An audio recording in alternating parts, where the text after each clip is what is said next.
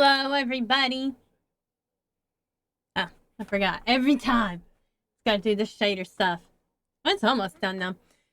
I ended up starting a little bit late today because, as usual, there was scuff going on. Because, you know how it goes. Like, Steam took away my family sharing, and even though it said I was part of the family, I wasn't part of the family. They didn't have a family, so we had to make a new family.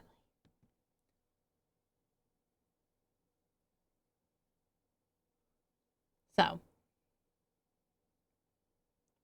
it was great, but I'm here, and we're gonna see. We're gonna see if this computer can handle Black Myth Wukong and this VTuber model. We'll have to see. We'll have to see. Actually, I remember that last time I played this a couple of times. I had a problem with VTube Studio, and like VTube Studio would just like stop working, like my model would be stock still. So nobody knows the trouble I've seen. Only one way to find out, exactly.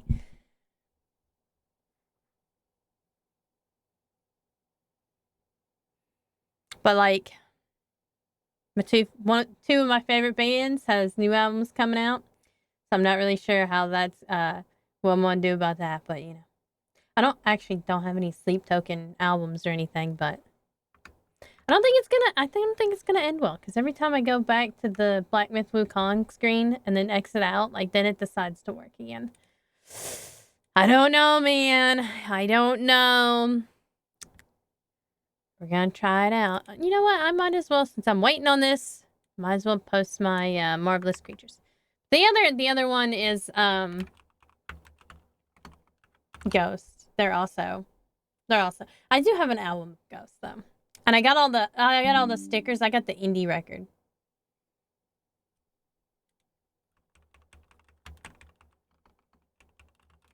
I forgot what color it was, but it was something. It was whatever special edition was there. And I swear, like I cycle through like Blind Guardian, Sleep Token, and Ghost all the time. Just cycle through. I get tired of hearing one, then I'll switch to the other. I think I have something like 700 hours last year on Sleep Token. And then like for the past like 6 months, I've been listening to nothing but like Blind Guardian. Like my favorite song from Blind Guardian is the Bard's song. I know that one by heart. I can sing every lyric, every word, every note. But my favorite one, I think, is the one without any singing assistance, background vocals, that sort of thing. He sings it all by himself. Of course my controller decides to turn off. There we go. It's working now. Sunny has arrived right on time. He knows it's Black Myth Wukong. He heard me talking about it. I forgot that there was even music videos. Oh yeah, that's right. Sunny Wukong. I should have posted his picture again. I missed out. I forgot about it. I have Sunny Wukong dressed up as Sun Wukong in all his radiant glory. He's got his like spear and his helmet, everything. It was a very good edit, if I say so myself. I did it in Canva. Actually, no wait, did I do it in Canva? I think I did it in Canva. Normally I would do that thing in Photoshop, but for a lot of things, Canva is just as good now. He wrecks the Heavenly Palace every time he finishes using the litter box. He also, like, in general, if this place were the Heavenly Palace, he wrecks it all the time. Like, he leaves fur everywhere in here, in the office space. / recording room. That's what this room was intentionally for, like, there's lots of moving blankets and sound dampening things in here. Meow. Oh, are you gonna rub up against the microphone now? Make sure to leave some fur on the microphone too, why don't you? And yesterday before bed, he terrorized Lily so much that she didn't want to jump on the bed. She had me reach over and pick her up off the floor because she refused to use the ramp because he was antagonizing her. He would never, ever, ever, ever hurt her, but she gets she gets a little bit weirded out. Are you sitting? You're gonna sit right at the edge of the monitor as usual. Okay, so I don't know where I'm going here. She's too old for this shit sometimes. Well, she is like 9 years old, so. Forgot there's a map. How do we do the map? Oh, there's a journal too. Wait a minute. Ah! No! I have to remember. It's A. Want to do A. I'm gonna have to, like, remember all of the stuff. That's funny. Anyway. Oh, I remember. I had, like, several stuff up because I was looking for all the stuff. And I think now... What am I doing? I don't even remember where I am. Where am I in? Revenant, Stalwart. Stalwart? Stalwart. Endless toil, no rest in view. Joy of nature, never ours to pursue. Serving others, in vain we strive. Lamenting years, centuries alive. The stalwarts summoned from the underworld by the Keeper were the lowest-ranking soldiers back there. With their daily duties to maintain the flow of the underworld, being sent to the mortal realm was akin to the days of a rest, a break from their relentless toil. Sunny? One day, as they patrolled Flaming Mountains, 4 stalwarts had shared their stories. One pointed to Furnace Valley and remarked, "This lava here makes me think of my task back underground. Those who committed arson in life are sentenced to embrace searing hot copper pillars, naked in our copper depth. We had to fuel the fire and scraped off burnt flesh once and again. We had a firefall like it here. It would surely make things easier." Jesus. Sonny, you blew like hair all in my face. And now it's like, I can't get it off. Revenant Archer. He who brings tales of fault and blame is often caught in the very same game. Trust not the one who seems most fair, and in their goodness be aware. In the southern camp of the kingdom of Ueto, near the western side of the Flaming Mountains, a cook in the army was tasked with delivering food to the soldiers each and every day. During his routine, he often noticed a shadowy figure trailing him. When his courage led him to confront it, he discovered it was a pottery figurine, armed with an arrowless bow, a truly peculiar sight. It is known that only the guilty are haunted. The cook, assured of his clear conscience, demanded, "Why do you always follow me?" The figurine, faceless yet speaking from within, replied, "In a past life, we were from the same town and served together in the army. I was wounded by an enemy arrow, and you abandoned me. I was left to succumb to infection and die. My resentment prevented me from reincarnation, and Yama, the king of the underworld, made me a revenant. I have now come for your life."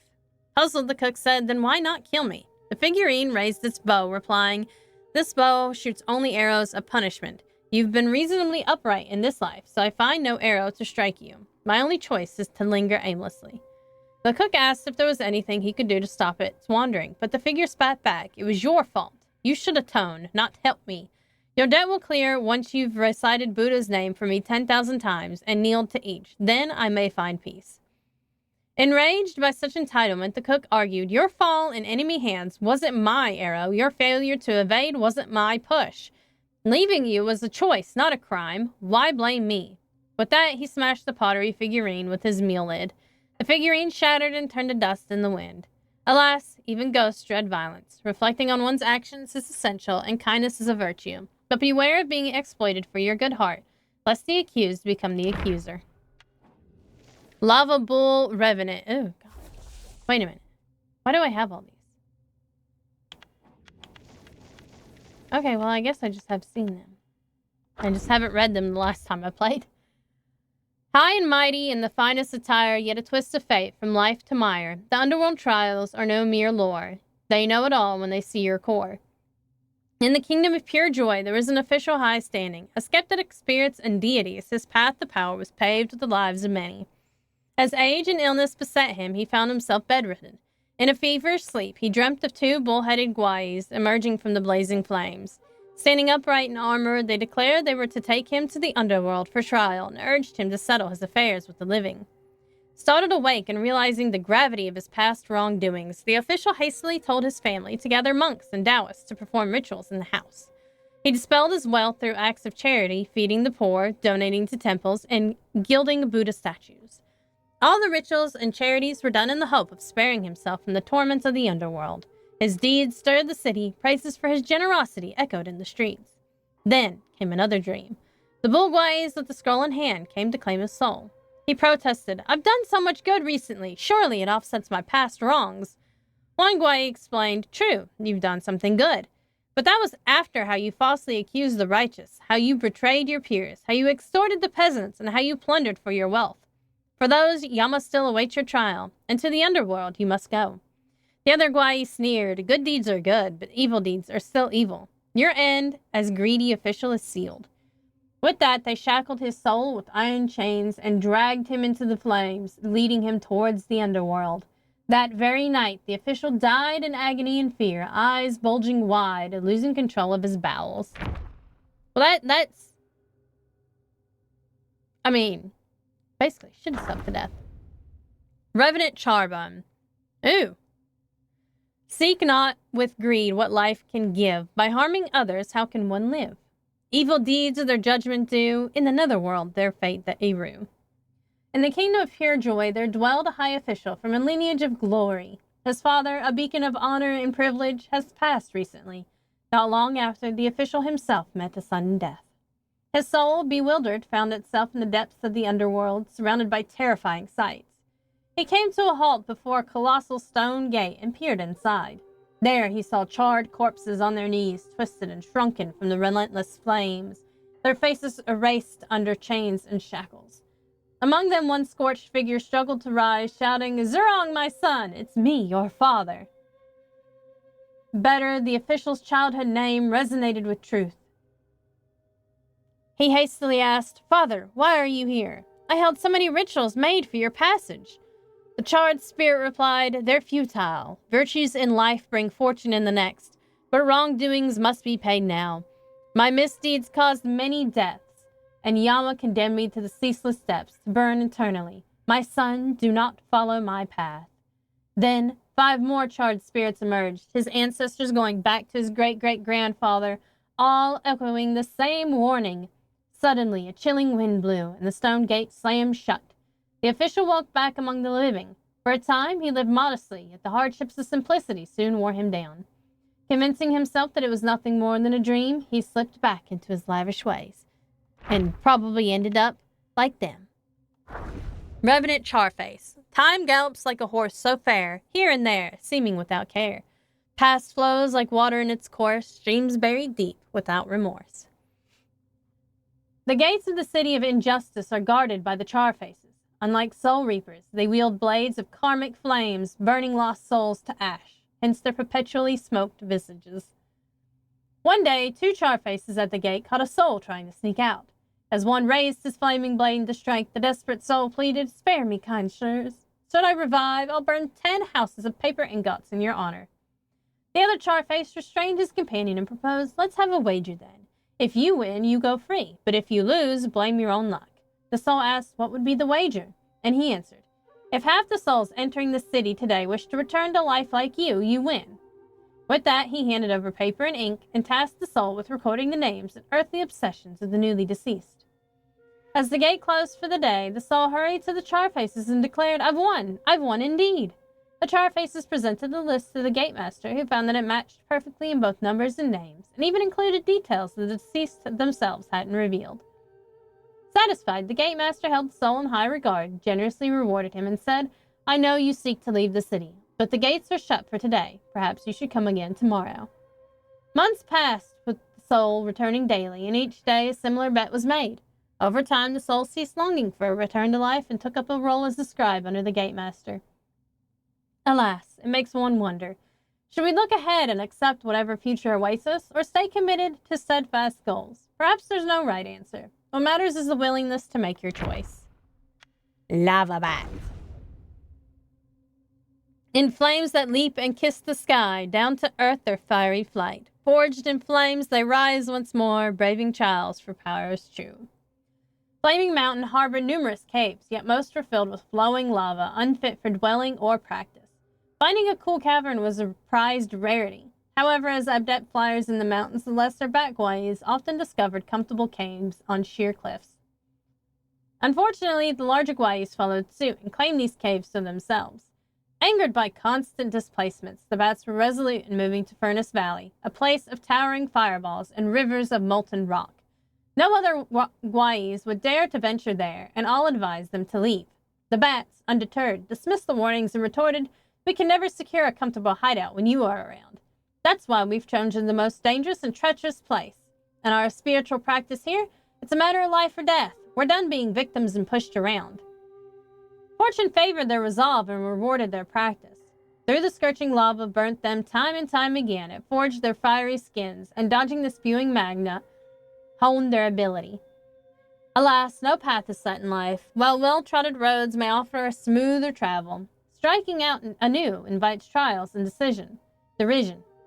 I'm reading off the smaller screen because Sunny's sitting in front of the bigger screen. Yet the fruits of such a journey are uniquely gratifying. Bull Sergeant. 'Neath the fiery peaks and robes so fine, guarding jade doors with gold's radiant shine. Tangled in those worldly games, all splendor fades, like dust it wanes. Through the ages, those seeking the rain from the plantain pan often presented gifts and tributes. As the chief guard in Rakshasi's court, the Bull Sergeant was in charge of collecting these offerings. The quality of the tributes greatly affected the well-being of the mountain Yaoguais through the year. Thus, the Bull Sergeant always schemed to influence the tributes toward his own preferences. One day, leaning on the doorframe and sighing deeply, he noticed the smoke from his nose resembled his favorite roast chicken and devised a plan. He told all the tribute bearers that the shape of the smoke rising from Flaming Mountain at dusk indicated what the plantain ban, thought that was a P, desired as offerings. Believing this to be a divine sign, the people, despite their hardships, started contributing exactly as the smoke suggested. The Bull Sergeant received many of his desired items and reveled in contented life. However, over time, this led to growing discontent among the villagers toward Rakshasi and her reigns. One day, Lady Shashi had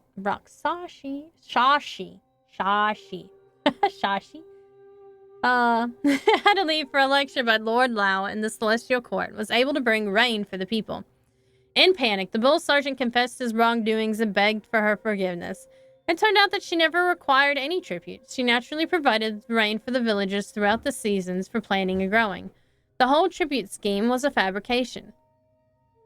Lady Rakshasi, I can't say that anyway, punished the Bull Sergeant but ordered him to return the goods and tell the truth to the villagers. But they refused to take back their offerings. Instead, they urged the sergeant to convince the plantain fan for more rain. Caught between the villagers and the lady, the sergeant ended up berated by both sides, the bull scorned by all. Bull soldier, strong of body, skilled in fight, shield and spear a valorous sight. Heart ablaze with fervent zeal, loves to stain the pain he feels. 3 centuries ago, when the Bull King still graced the Celestial Court and the Red Boy practiced under Guayin, peace reigned over Flaming Mountains. One day, Bishui Beast promoted a captain among the Bull soldiers, and the captain moved into the night duty chamber of the Rakshasa palace to accommodate and increase his responsibilities. He occupied the adjoining room for rest and the main west chamber for hosting guests. One morning, he found the guest room had been tidily arranged overnight. Dustless furniture, washed fruits on plates, and freshly brewed tea. Perplexed, he thought of the furry celestial maidens serving the lady and the fox maidens attending the king's daughter. Recalling how the other guards often teased him for being more handsome than the rest, now as a new captain, he couldn't help but feel elated. Surely there must be a secret admirer. For over a month, this mysterious, kind-hearted maiden visited nightly yet never revealed herself. Growing impatient, the captain resolved to wait outside the chamber one night. Around the fourth watch, he heard heavy steps, quite unlike the gentle maiden's bird or fox. Regardless, he lunged at the figure as soon as the door opened and secured a tight hold on it. The figure was muscular and sturdy, too large for his arms. Muffled grunts followed, and the voice of the bull sergeant emerged. I like things tidy, and your room is always messy. That's why I clean it up after my night duty. You don't have to act so grateful.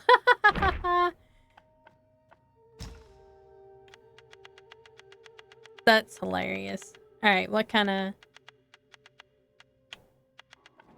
5 element carts. Oh god, those. 5 carts align with elements 5. From their fusion, fiery life does thrive. Beast heads roar as they swiftly race. Fire wheels east and west, the path they trace. At Flaming Mountains, Red Boy was about to celebrate his 100th birthday. He was in high spirits and asked the keeper, "My birthday is coming soon. Can I go out and play for a while?" The keeper replied, "As your father instructed when he ordered me to watch over you, I must ensure you focus on your practice. You cannot go out at will." Red Boy argued, "I've already mastered the Samadhi fire. Can't I take a break for a few days?" As he spoke, he punched his nose, releasing a burst of flames. The keeper shook his head. "You were taught the Samadhi fire so that you could use it to refine your inner core. Spitting fire carelessly, such as that, dissipates your chi and is nothing more than a trivial trick." He continued, "The liver corresponds to wood, which generates fire. The heart corresponds to fire, which generates earth. The spleen correlates to earth, which generates metal. The lungs correspond to metal, which generates water. The kidneys correspond to water, which generates wood. The 5 elements generate each other in a continuous cycle. With the Samadhi fire, you should be able to refine the energy of your 5 organs." Growing impatient, Red Boy said, "Enough, I understand. I'll go back to my practice." On his birthday, the Bull King hosted a grand banquet in the mountains, inviting many friends to celebrate. Red Boy ordered some minions to bring out 5 small carts. The minions arranged the carts according to the 5 elements: metal, wood, water, fire, and earth. Red Boy approached them, recited an incantation, and spat out fire from his mouth, while smoke erupted from his nose. Flames burst forth from his eyes, and fire surged from the 5 carts. After several bursts, the red flames blazed into the sky. The keeper was displeased, feeling that Red Boy was too playful and overly interested in trivial tricks. He feared that the boy might waste his potential in the days to come. However, the Bull King was very pleased. To him, although Red Boy was not engaged in deep practice, he already understood how to employ his skills to create useful tools, which showed great ingenuity. He immediately ordered the creation of 5 larger war carts for his son. From then on, the 5 element carts became Red Boy's companions in his practice. Within 100 years, these carts, imbued with the Samadhi fire, gained sentience and became formidable guys in the Flame Mountains. Wow.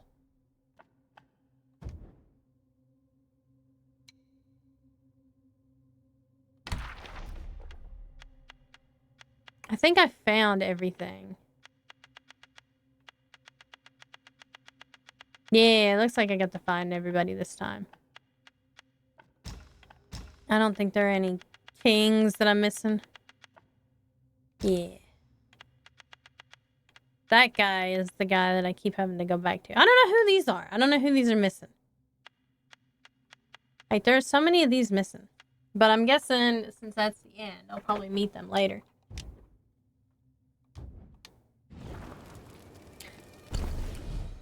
Aha! Figured out how to do the map.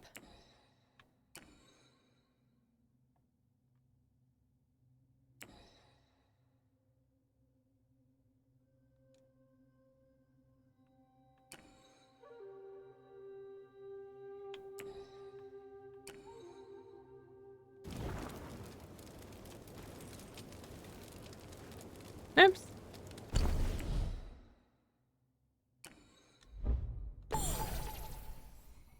Pew! That sound actually reminds me of the 1985. The special effects sounds. Like, pew, pew, pew, pew.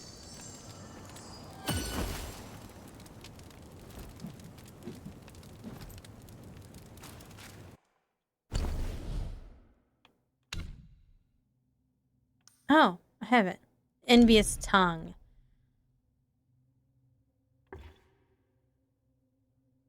Oh, that's pretty cool.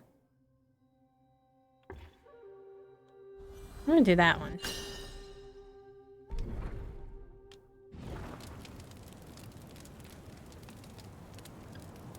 think if I remember correctly, I still have to, like, if I really want to do, like, all the stuff, I have to play this multiple times. I don't know if I will do multiple times on stream or not, but man, I keep hitting the B button.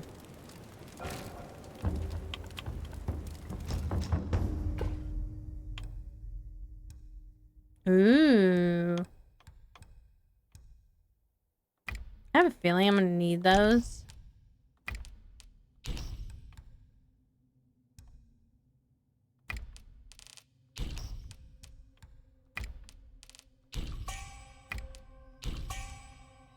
I ain't got no money now. Guess I'm gonna have to get to work on killing some things.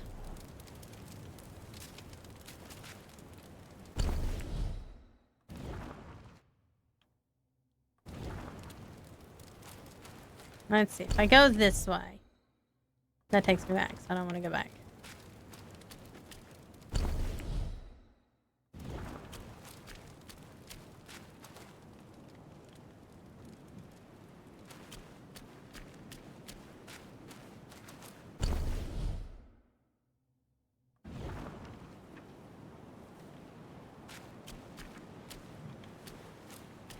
Well, I guess for right now, the only way I can go is this way.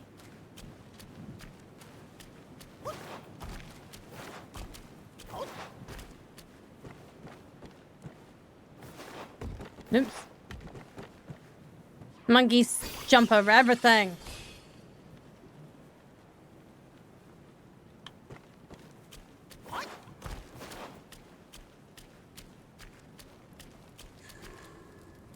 And there's nothing up this way.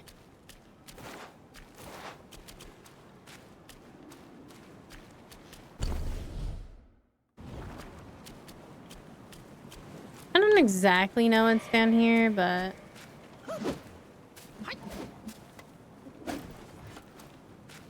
Mr. Bogath, I have a moderator job for you.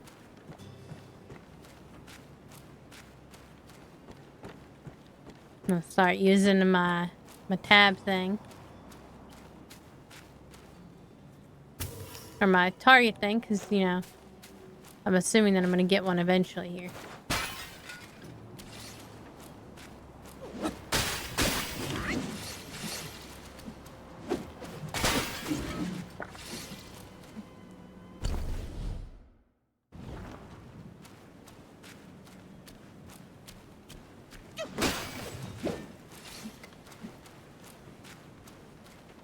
Hey, I've done seen this guy.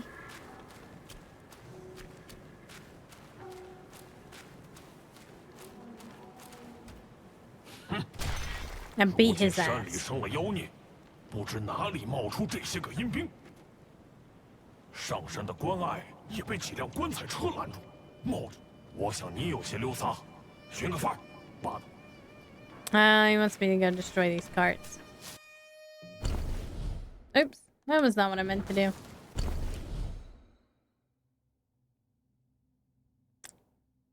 Oh, I see. I was supposed to go down this way. Haha.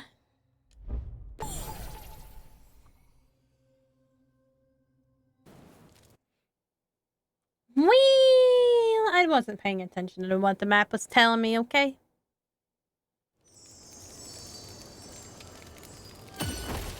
I got issues with reading maps. Which is funny because I'm lost without the maps. But I have issues reading the maps, so...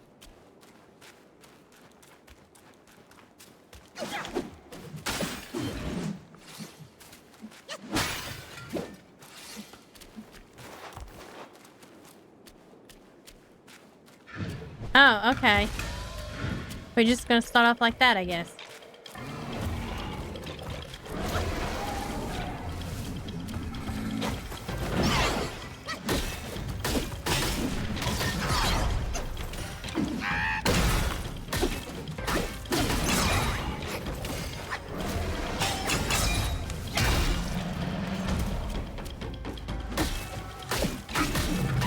I'm literally whooping his butt.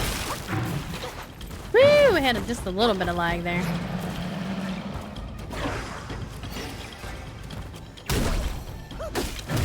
Ah, dang it.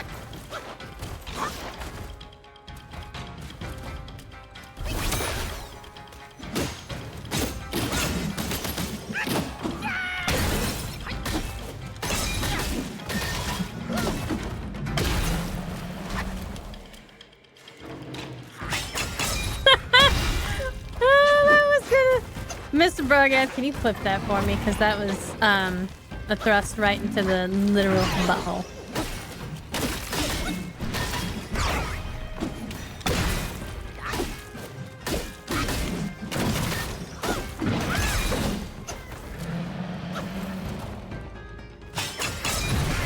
Ah!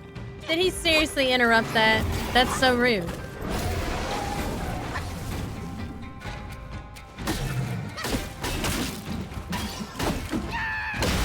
Got him! Not avoiding this.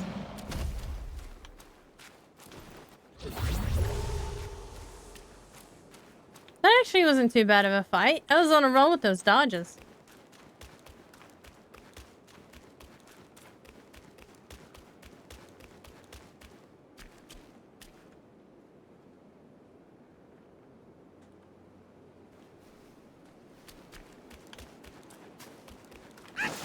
Oops.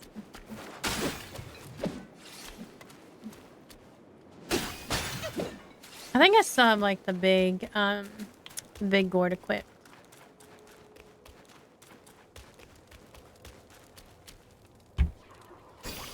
Good time as any to get that now. Hey, maybe I have enough will now to buy that last thing I didn't buy. Ooh, gave me a spirit too, but I didn't see anything. No, I still don't have enough. Close though.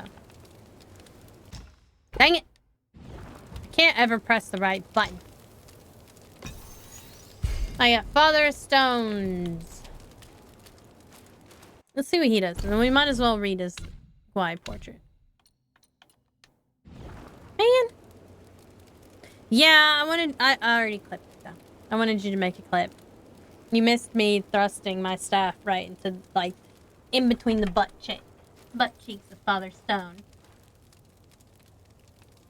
It was pretty funny.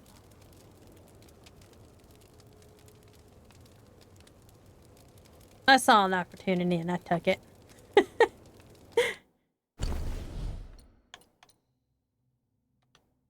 Oh, keep hitting the back button.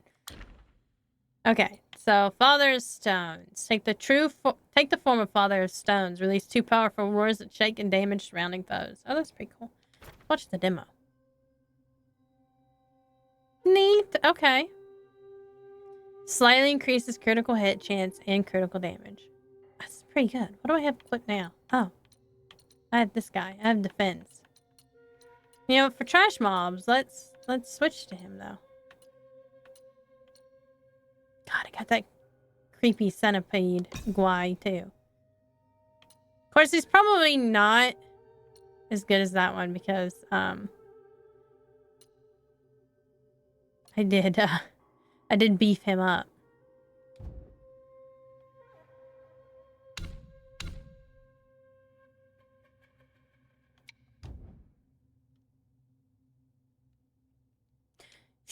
Add it again, hitting the B button.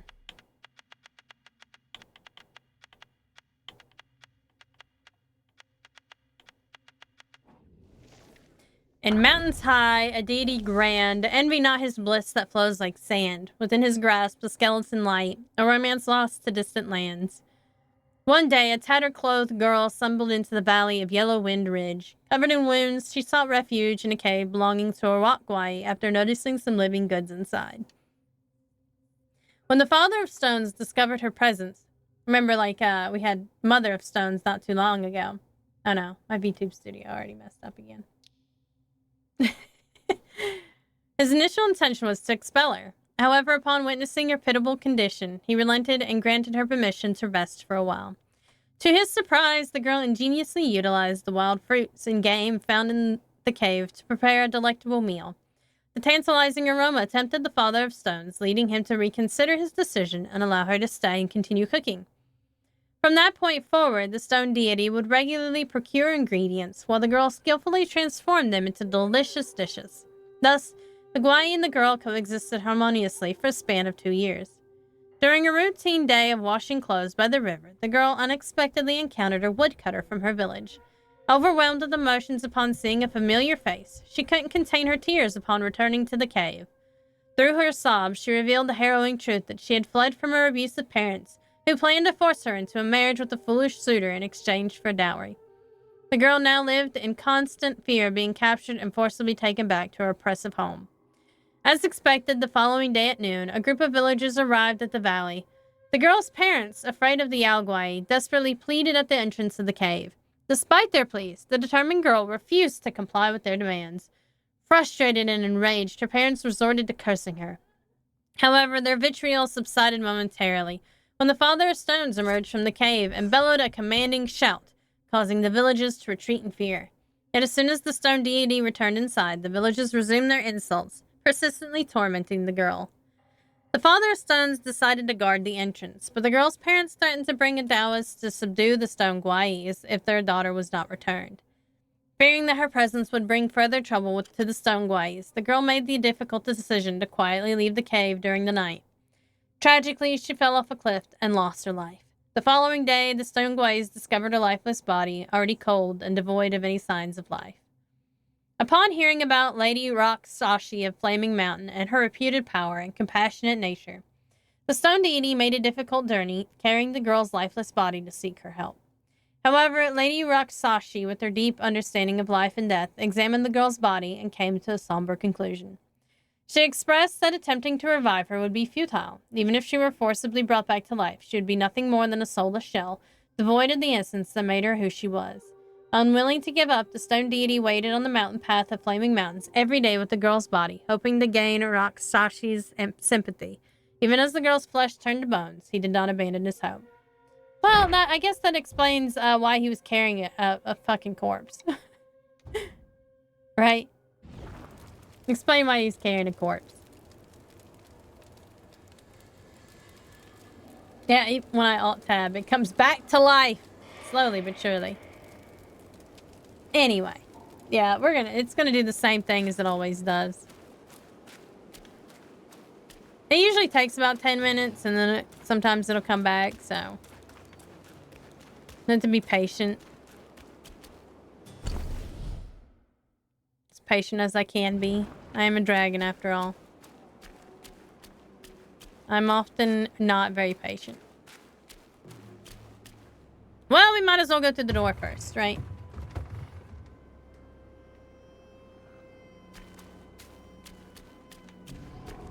Oh man, another cart.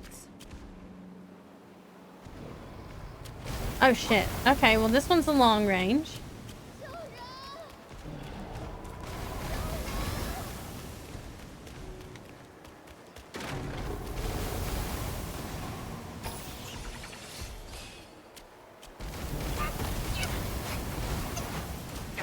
I knew that was gonna happen if I stopped to grab that.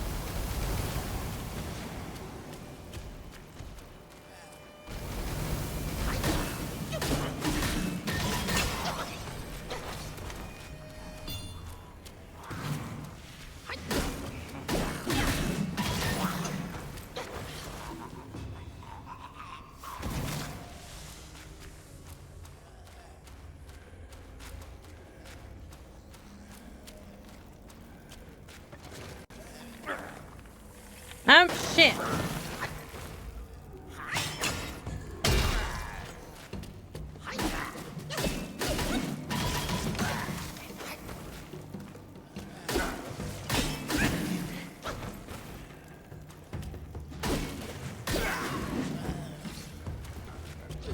Well, I guess now it's time to take this thing.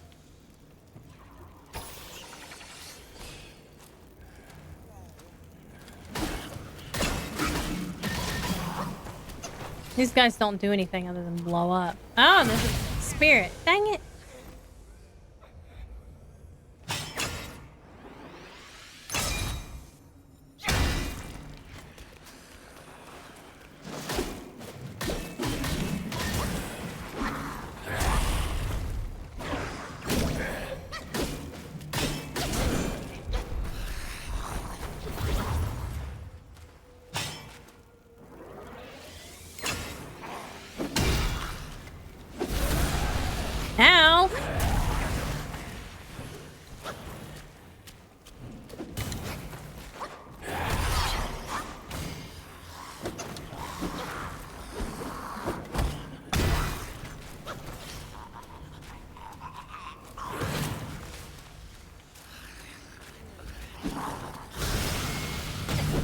Dang it!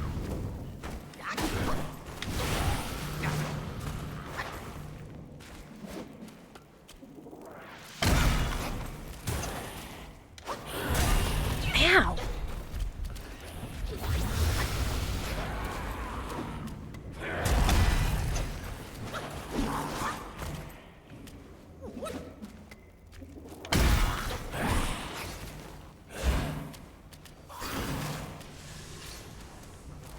I love that these guys can hurt him though too.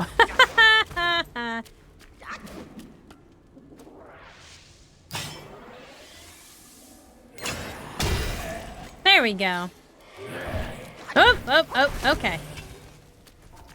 He just, you know, he took some dying strikes there.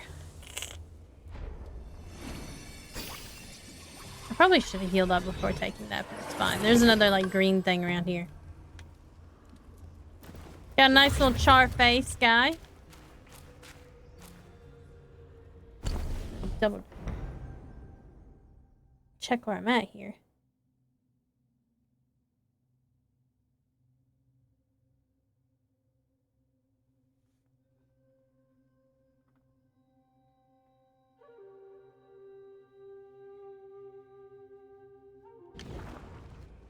You know, I'm gonna go out and I'm gonna go that other way now. Because, also there's things in here still. But I'll come back for those. Because that, I see on the map now, is dead end that way, so I might as well go and check it out. You know, before the bronze cart. And then I'll run through the bronze cart again.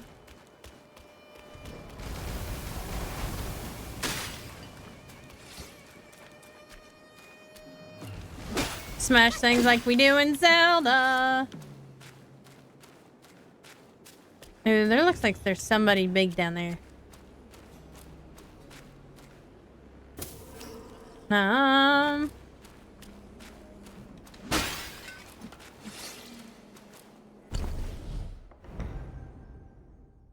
these definitely both look like... They're definitely both dead ends. Ooh, there's a mini boss over here. Guarding a treasure. I do love treasure. I am, if nothing but a dragon. Oh, that was a really weird...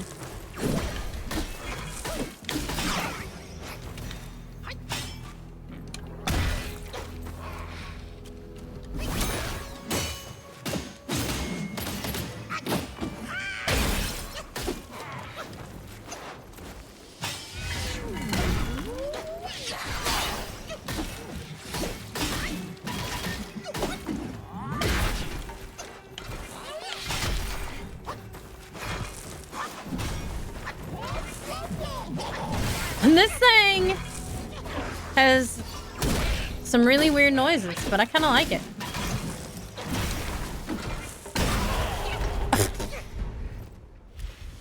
We hit each other at the same time.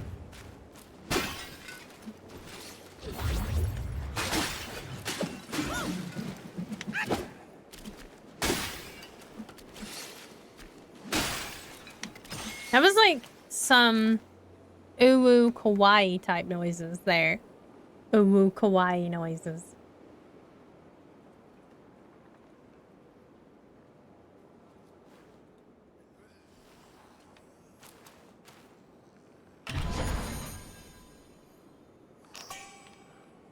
New, I got a new medicine.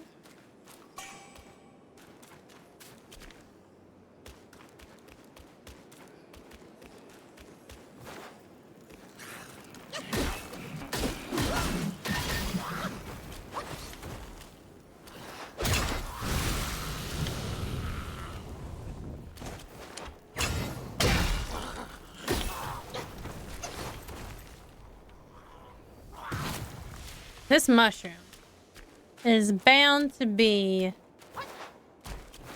a mushroom guai thing. Oh, no, no. Hey, no, no, no. Shoot.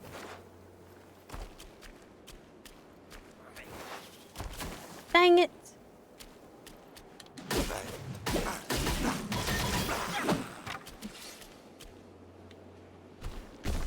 Oh, I guess maybe there's stuff down here, though.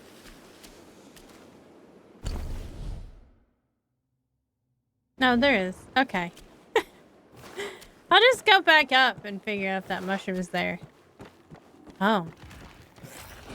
Oh, okay, there's a lot.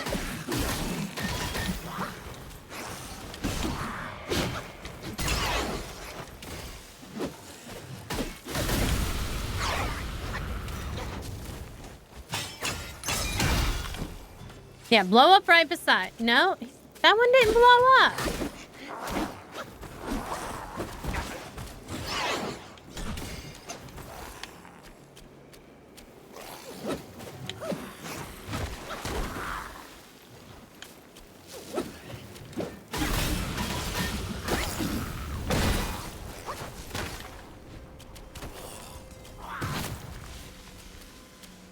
Ooh.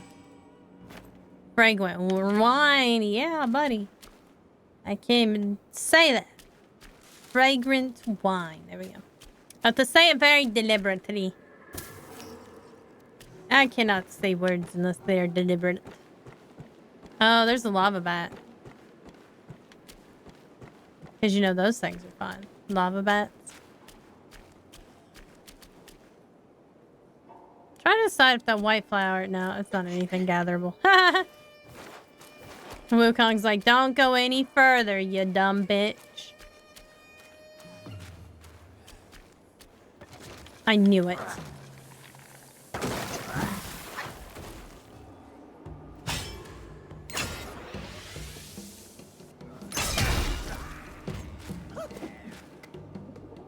I'm a cheating bastard.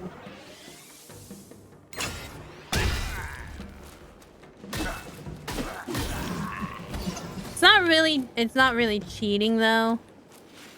Oh. I feel like this is gonna be like... It's definitely a mini boss fight.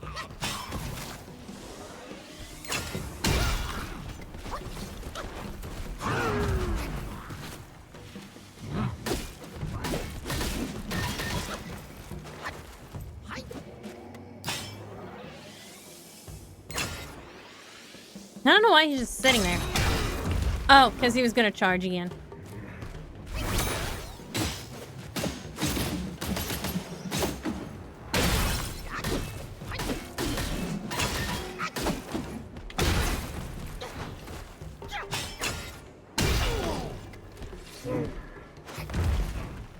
I have to be careful. In this area, there's a lot of things that will just like start swinging wildly at the end of it.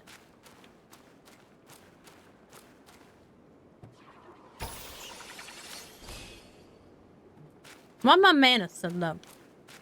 Probably because I've been using it.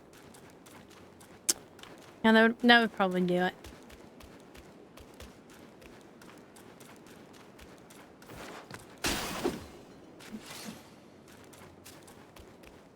Yeah, I already went that way. Okay, back to the cave we go.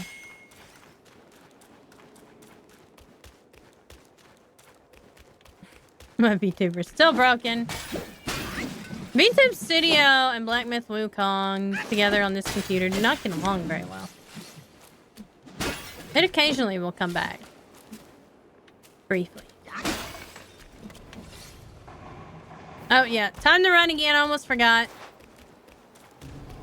Sprint, Sun Wukong. Sprint. Xiao Yo. Screaming for help.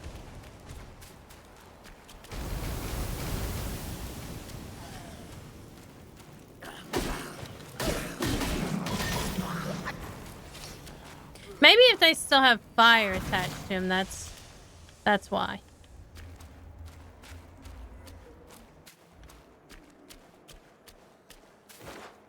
Hey, no, don't just jump over the box.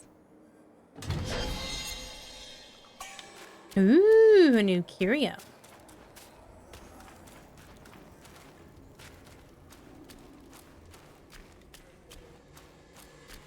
Can't go that way.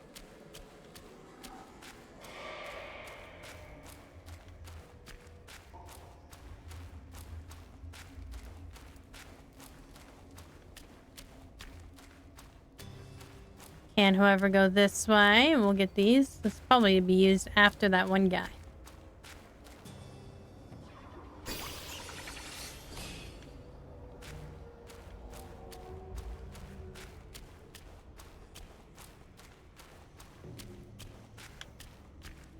And my thumb is definitely doing better. Occasionally, I still get like little tidbits of being stuck. Yeah, the game's doing pretty well. Vtuber is not. My Vtuber's like, I give up on life.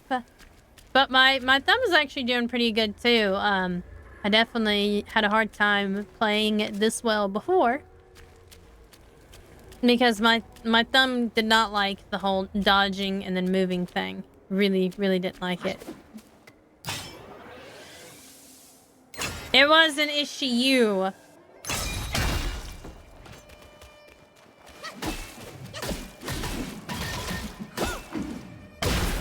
The fact that my thumb is chugging along is pretty fantastic too, honestly. But I also haven't, like, really beat my first boss yet. That one Stone, Father Stone, is pretty easy. We met Mother Stone, we've met Father Stone, and all their little children. Oh. Because this is totally not creepy at all. They're staring at me. I feel like I'm being watched. Oh no. I don't like that music.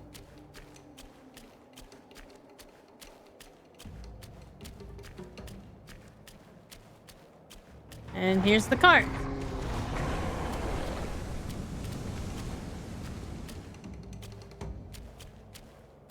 Oh, fantastic.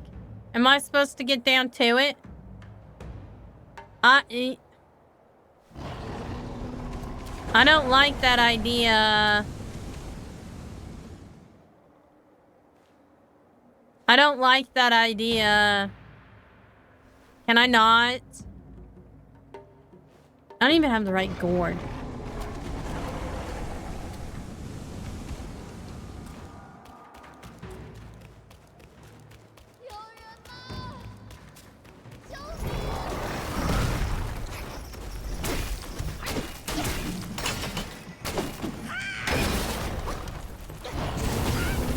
Ow! Like, for real, how am I supposed to mess with that?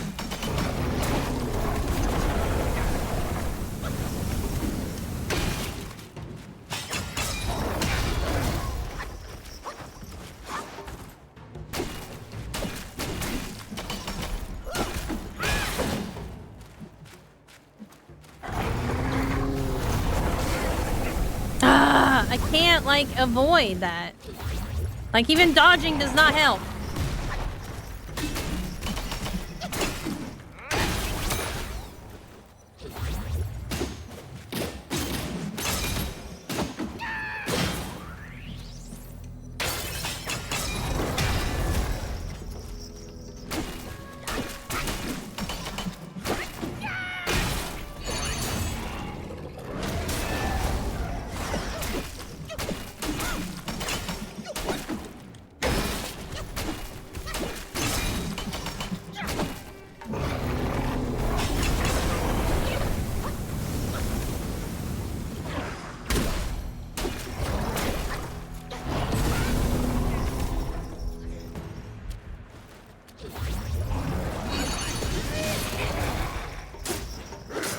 You're just a temporary PNG tuber, no big deal, yeah.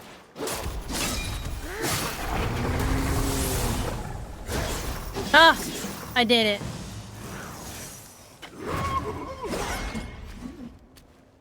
Gosh, I hated that. Okay, we're gonna go back here. This is right here. This is the thing to refill. Ah, I only get one. Well, I guess to be fair, I didn't use a whole lot because I have the gourd where I max out. I have max health, but I have no mana. I got no mana refills.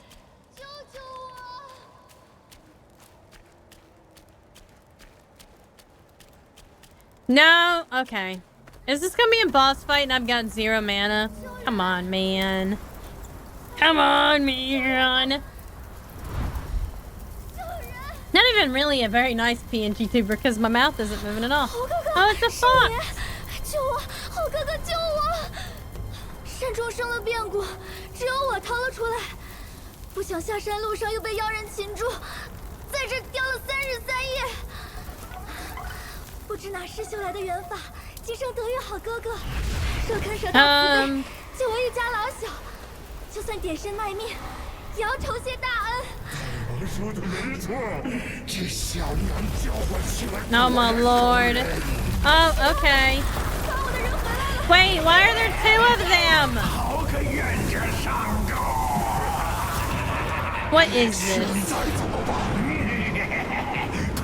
Fast as wind?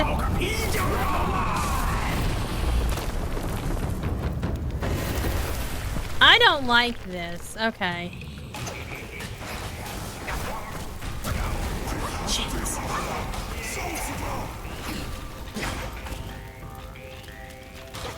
I don't know who to deal with first.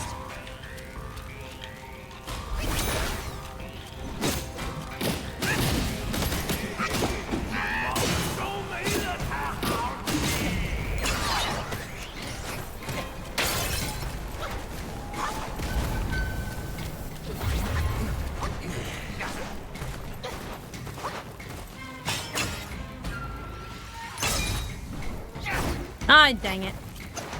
Maybe I gotta get him, like, right in front of each other or something.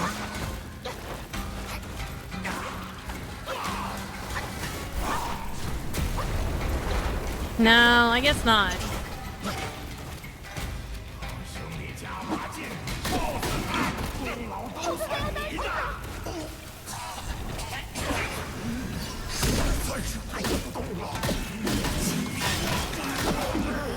Oh good, he can't roll anymore, so maybe...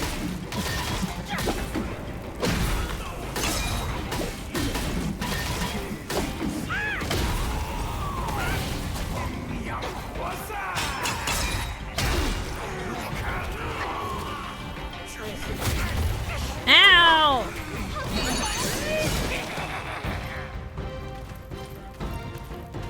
Quick as fire and fast as wind.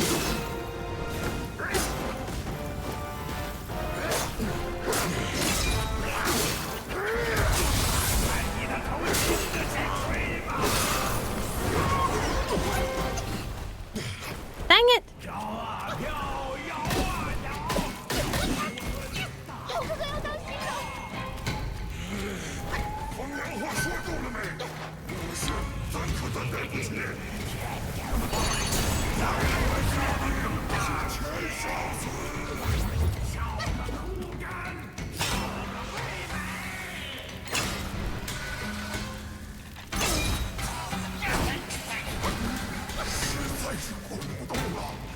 I guess I just have to...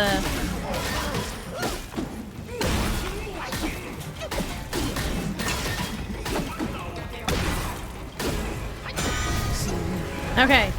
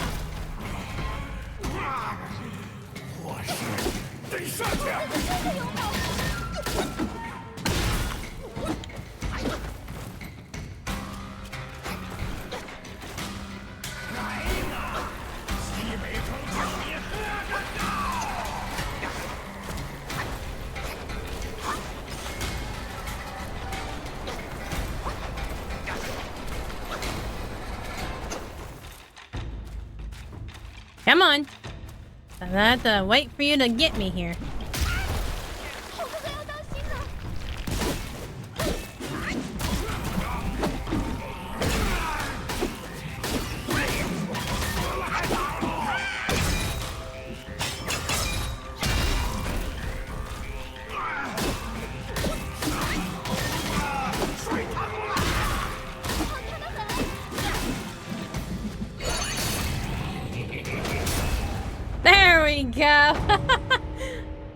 Yeah, shouting helps. Being as loud as you can.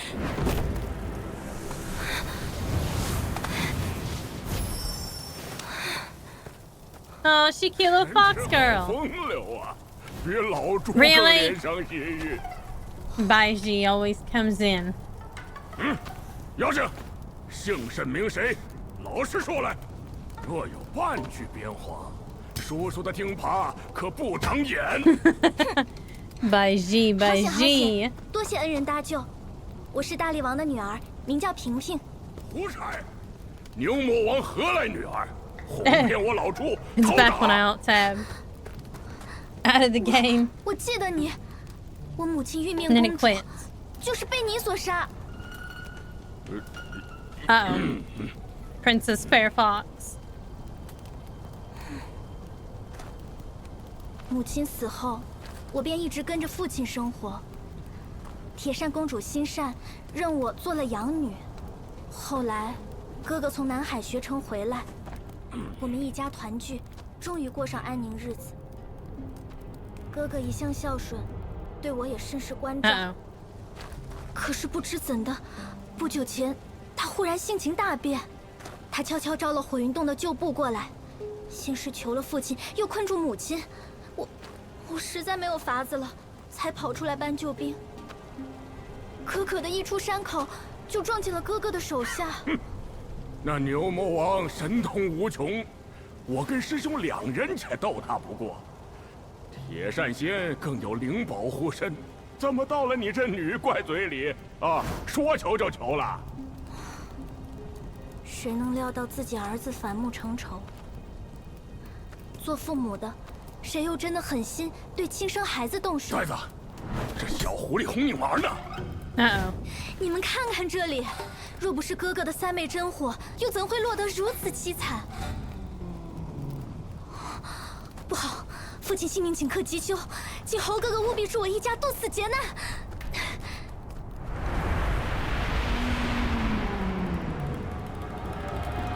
火焰山极凶极神，这只鹪鹩虫儿你却收好，到 How 时 cool. 自有用处。 I get like a little fire cicada.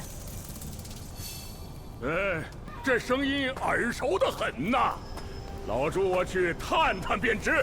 Okay, Baiji, you just like go ahead and leave me again. It's fine, I guess. I mean, you only got kidnapped the last act. 侯哥哥，我在前面带路。 I only had to fight you twice last act, so it's okay, I guess.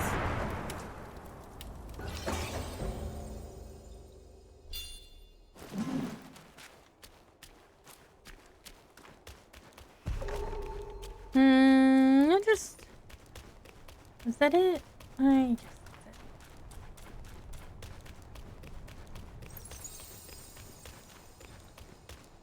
Ah, yes, a place to rest, finally, and recover my mana. Now I should have enough to buy that thing that I wanted to buy.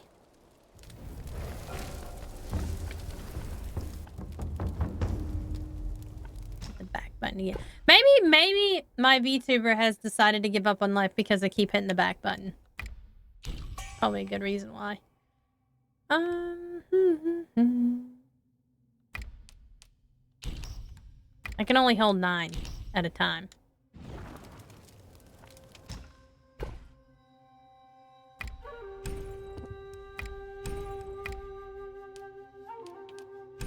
Like, she came back to life for like a second there. And then, quit.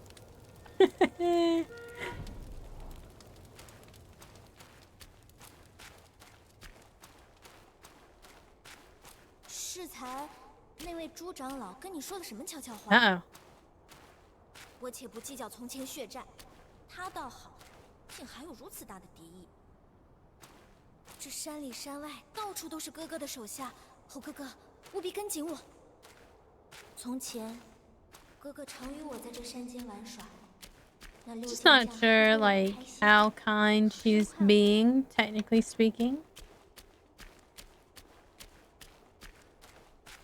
Why do I have a feeling I'm gonna get ambushed right here? Wait a minute, I didn't rest. No, we gotta go back. All that talk about my low mana and did not rest. Just bot shit.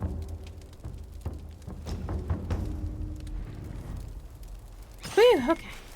Not like I needed the health. My gourd's been doing fantastic. Maybe I ought to switch. I have to look at the medicine here. No! Wrong fucking button again. Hello, Doc Slacks.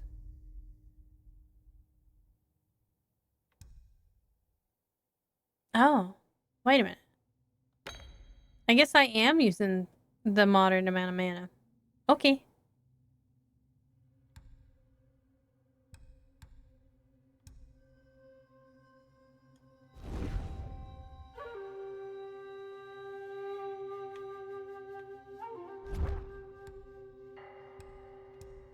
I got this thing too. It's got a lot in it. Worry-free brew. Nice. Oh, I think I have... Oh, I think I know what I have. What's this? Oh, okay. That's pretty neat. Tender Jade Lotus. Death Stinger. Oh yeah, I remember making fun of that one. I like that one. I don't think I need the poison state this time, so let's see what we got to replace it with. Some steel ginseng. Oh yeah, I should probably switch it out with that.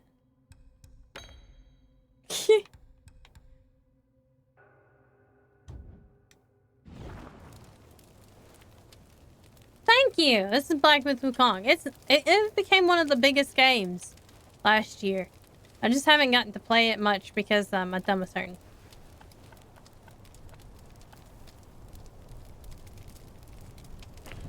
I need to look at inventory.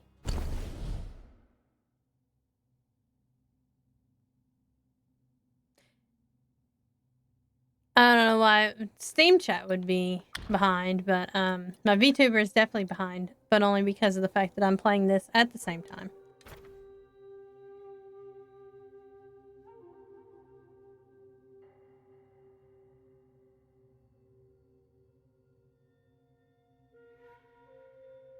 Oh, that's cool.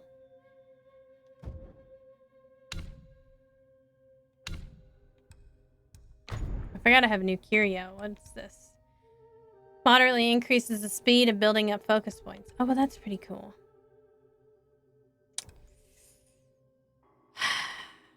I do like having these two together, though.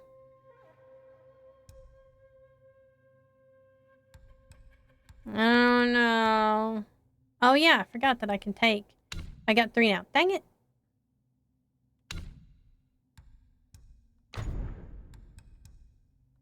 There we go.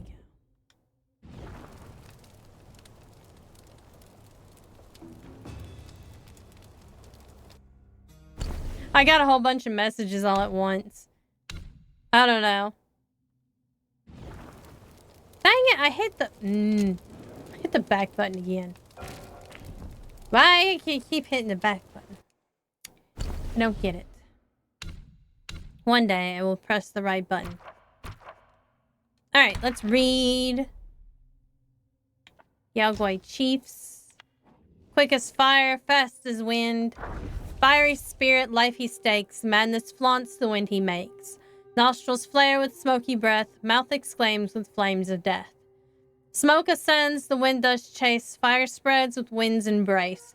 Loyalty worth 1,000 gold. Together strong their bond unfolds. In bygone days, there were 2 ruffians wandering the city, always spending their nights beneath the same section of the city wall, thus forming a close bond. With no attachments or concerns, they acted recklessly and without restraint. One time, during the robbery of a wealthy young master, they accidentally killed him, leading to their joint sentencing to death by beheading, their execution scheduled in the autumn. While imprisoned, one ruffian said to the other, "We've had a carefree life, and if we must die, so be it. It's a pity we won't be able to enjoy ourselves together any more." The other ruffian replied, "If you wish to continue our fun together, it's not impossible. I am a descendant of the Falling Head clan and possess some tricks." He then whispered a set of skills into his companion's ear. Come autumn, the two were beheaded in the public square. As to the executioner sprayed wine and swung his blade, their heads fell to the ground, but suddenly flew up into the air, much to the astonishment and cheers of the onlookers. Afterwards, the two heads flew in the mountains and became Yaoguais, one named Quick as Fire and the other Fast as Wind. Nice. I know there was another, lesser Yaoguais. The Bull Soldier. Is that the new one? Yeah, that's gotta be the new one. Go back down. No. Wait a minute. Which one's the new one then?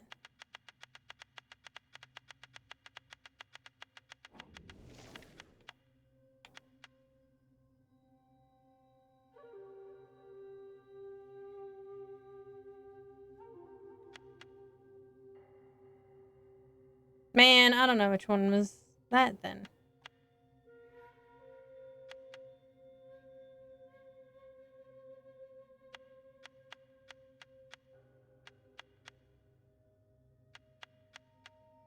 I want to say it's this guy. Maybe it's not though. There's one of these.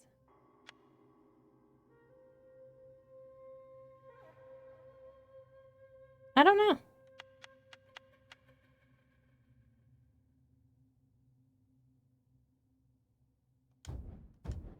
Well, now I can't tell because I lost the red dot.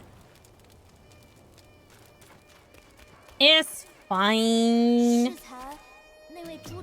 Oh, she's gonna... Because I didn't follow her, I went back.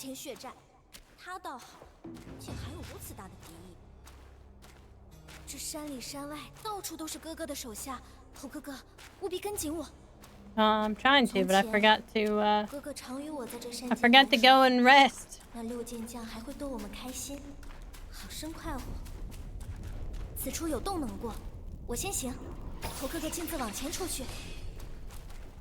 Alright, here we go. We're going through cracks again. Oh, my VTuber's slowly moving again. She's gonna freeze here in a second. I mean, you had a little hole to go through, little fox. I don't like the look of this area.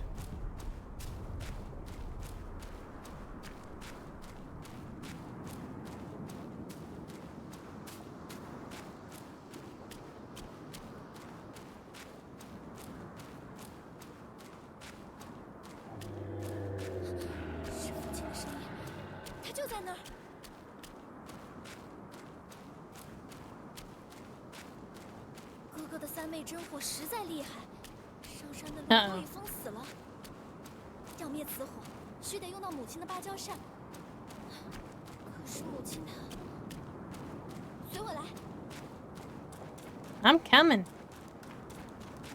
I'm also looking out for anything that I can get.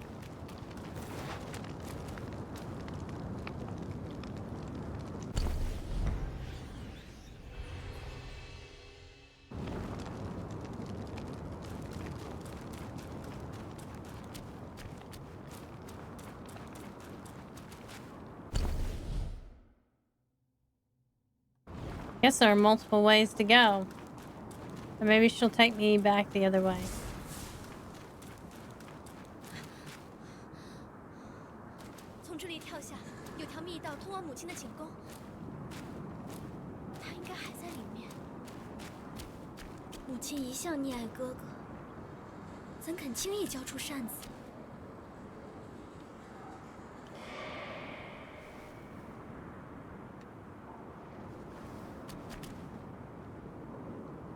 What am I supposed to do? Jump down? Am I supposed to jump down? 猴哥哥在想什么？莫非不肯与我去搭救父王？ Okay, so what do you want me to do? Jump down? Do I jump down?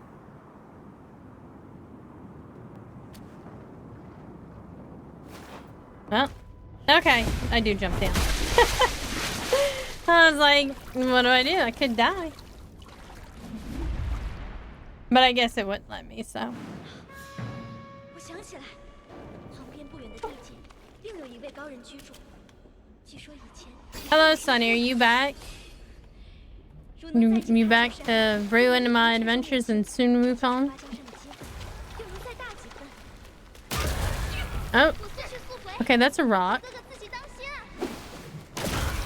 Ow. Oh, there are multiple rocks. I don't like multiple rocks.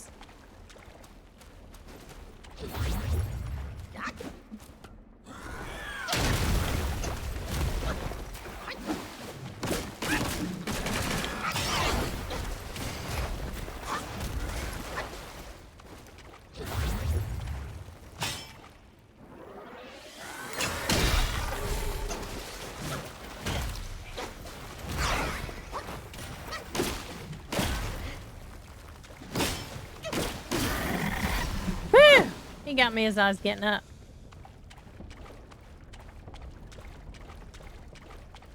Tired of these dang rock waves. And now they're on fire, too.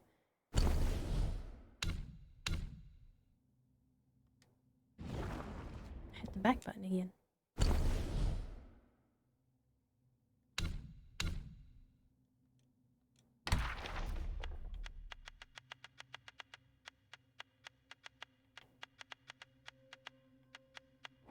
Searing fire. Maybe there's somebody that I missed. Eternal life, a simple dream. True ascent, a distant gleam. The world seeks shortcuts lost in their quest. With countless sacrifices, they never rest. Outside the walls of the kingdom of sacrifice, atop the mountain, stood the fume fire temple. Renowned for its ability to reform wayward youths from fallen households, the temple was spoken highly of for guiding lost souls toward righteous paths. This tale is told by a landowner is one about such disciple, Zhao San. Zhao San was a vagabond. He beguiled guests of brothels into lavish spending, and one of his patrons turned out to be a landowner Wang's son. He soon found himself pursued by the authorities and facing a trial against Wang. A Taoist from the Fume Fire Temple happened upon him and offered him sanctuary. From that point forward, Zhao San immersed himself in the pursuit of wisdom, practiced diligently, and dutifully undertook tasks assigned by his master. One day, when he descended the mountain on an errand, he came across Min Yang, a concubine being mistreated by the wife of a household during their journey to the temple. Without hesitation, Zhao San intervened, rescuing Min Yang, and brought her to the temple to shield her from the cruelty of that family. With nowhere else to turn, Min Yang was welcomed to the temple by the master and became a disciple. Filled with gratitude for Zhao San saving her life, she tended to the temple's chores. Over time, she repeatedly sought to become Zhao Shan's spiritual partner, yet her advances were always rebuffed. Years later, having made significant spiritual progress, Zhao Shan underwent an ascension ceremony organized by his master, with Min Yang invited as a witness. They were taken to a mountain peak with a river of fire flowing down. Zhao Shan received a talisman from his master and courageously leaped into the fire. Filled with a longing to practice alongside him, Min Yang folded soup amongst cheers and blessings. As the smoke rose, they were reborn from the blazing flames as the eternal guardians of the river of lava. Thus, in the fiery embrace, they found immortality and everlasting life, forever part of the river's endless flows. So essentially they died. That means they're dead.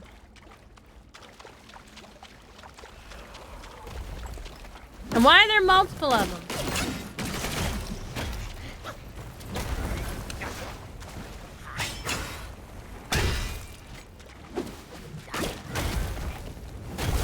Ow.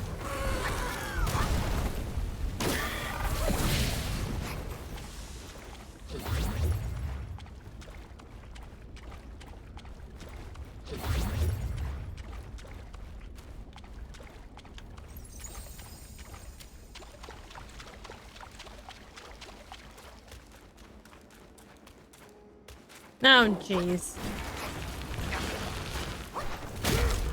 How? I thought I dodged that pretty good.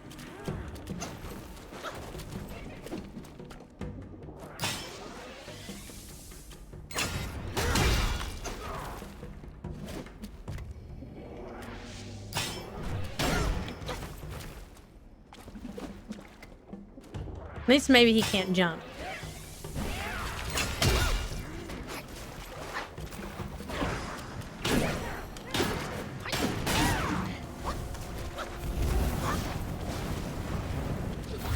Dang, everybody's got fire in this place.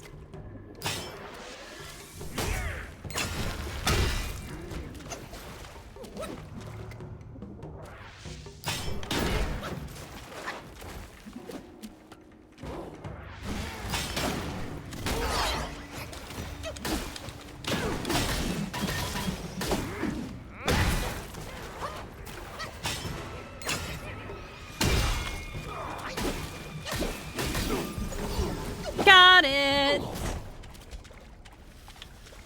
I'll stop to read it after I get to this thing.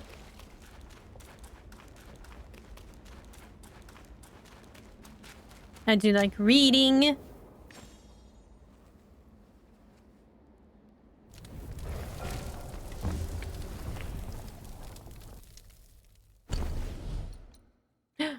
Oh, I saw a little bit of movement. She's kind of back.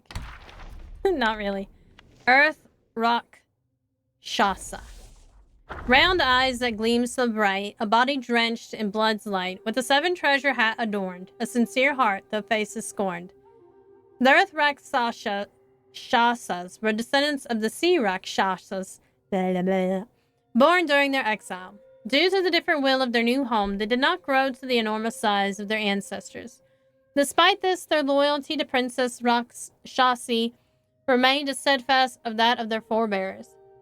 They strictly adhered to the precepts set by Rock's Shasi, diligently practicing their art and shedding many of their old vices.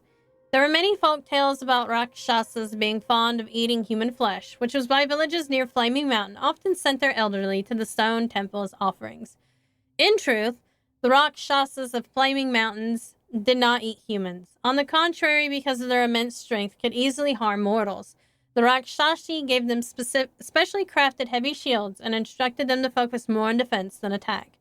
However, if pushed to their limits, they would still unleash their fire-breathing abilities. Even though the Earth Rakshasas have made many changes, people screamed and fled in terror at the sight of their fearsome appearance. But from the perspective of the Earth Rakshasas, weren't those screaming mortals just as terrifying? It's true. If I had a screaming mortal coming at me, I'd probably be afraid too. It is a tricky word. I have to pause to get it right. Rakshasas. Rakshasas. Shasas. Nope.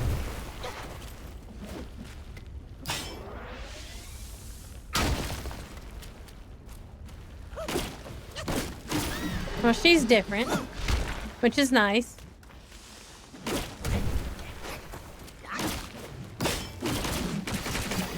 Those are the ones that look like the female version. And I'm guessing based off their appearance that they will absolutely knock me off the cliff.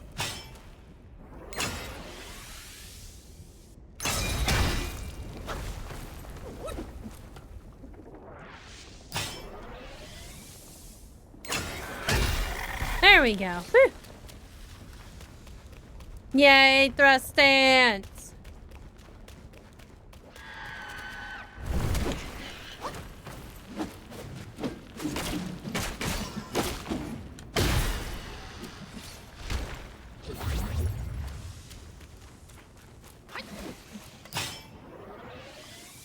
I am too far away for this, but we're gonna try it anyway. Okay, never mind. I was a perfect range. Oh, not these things again. Let me get far enough away here. Can only hold it so long, though.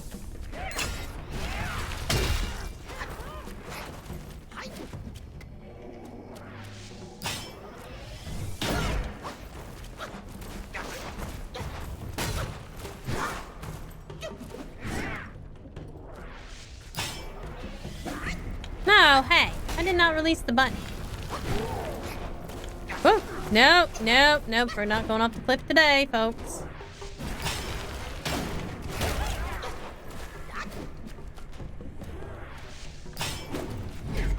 Really? Why is it letting go? Like, I'm not letting go of it. Really?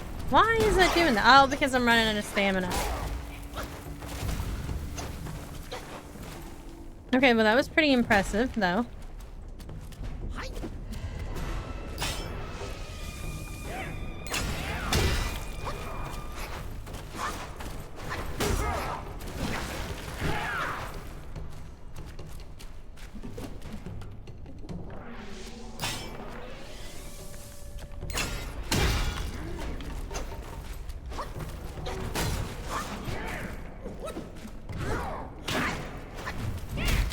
Ow.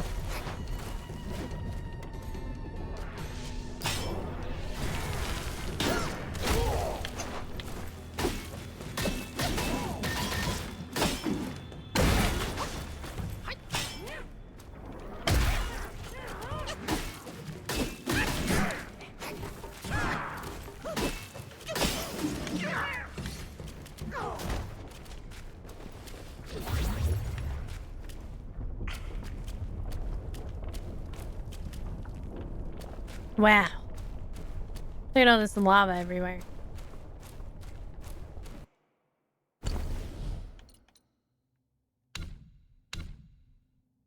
Pause for a brief minute and... Oh. Huh. I have a picture. That means I've seen it. Which I didn't see shit, so... Scorching fire. Ignorance ignites a fool's fire, daily anguish and somber's mire. Enduring a life of ceaseless pain, they yearn for death, not celestial gain. Legend has it that during the reign of the Yellow Emperor, an official of pottery named Ning Fengji learned the art of fire with 5 colored fumes from immortals, and tried to ascend by roasting himself over the flames. Some say he achieved ascension, others claimed he burned himself to death. No one knows the truth. I'm gonna say that he probably burned himself to death. The tale we have here is recounted by a runaway disciple from the Fume Fire Temple in the Kingdom of Sacrifice, a place rooted in the art of the 5-colored fume fire. The master of the disciple served as the abbot of the temple. One day, the disciple accompanied his master for some liquor in town, and they came across a fugitive being pursued by officers. As the temple was short on help, and the fugitive was a wealthy one, they offered him shelter. This man, Zhao San, was a mere wastrel who lured patrons of brothels into extravagant spending. The temple was already home to various robbers and bandits, and it proved to be a corrupting influence of Zhao San. In the company of fellow criminals every day, he soon became 10 times more villainous than before. One day, Zhao San took off to rob travelers and fund his own lavish lifestyle. He targeted a wealthy family returning from their monthly worship, and in an act driven by greed and lust, he abducted the family's concubine, Min Yang. Imprisoned within the temple walls, Min Yang endured daily chores and beatings. Despite her deep resentment toward Zhao San, she was powerless against his violence. She could only grit her teeth and bide her time, hoping for an escape. Years later, a ceremony for ascension was announced in the temple. The disciple who tells the story was tasked with escorting Min Yang to the event, held atop a high cliff overlooking a river of lava. Zhao San had already prepared to leap into the fire for ascension with a talisman from his master. He insisted Min Yang accompany him. Amidst the frenzied cheers of his followers and the terrified cries of Min Yang, the disciple pushed the girl off the cliff as ordered. Charred in the river of lava, their bodies swelled grotesquely as the lava, guided by the talisman, seeped into their skulls. Their distorted new forms staggered up, writhing in agony, and ran towards the depths of the Black Mountains. Witnessing this horrifying transformation, the disciple renounced his belief in the temple's teachings, no matter how vehemently the master rationalized it as a transcendent metamorphosis. Well, that's probably the true story then. That's probably the true version, the guy who gave up his faith for that.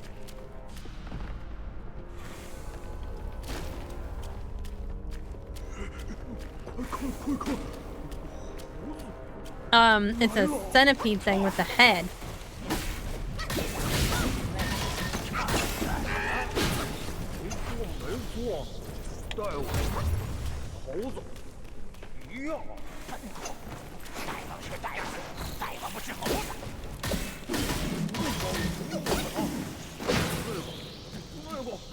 That's so creepy. Jeez! How many of these guys are there? Ow! Now I'm on fire again.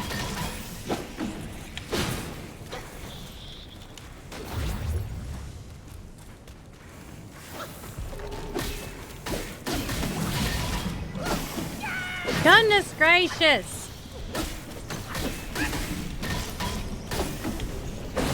Oh no, no, no, no, no.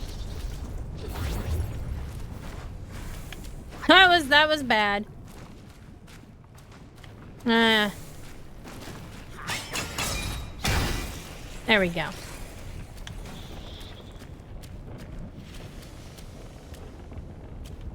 I remain safe and sound. So now I don't know where to go. Oh, there's something to get. Oh, gotta get out of the fire. Gotta get out of the fire. Too much fire.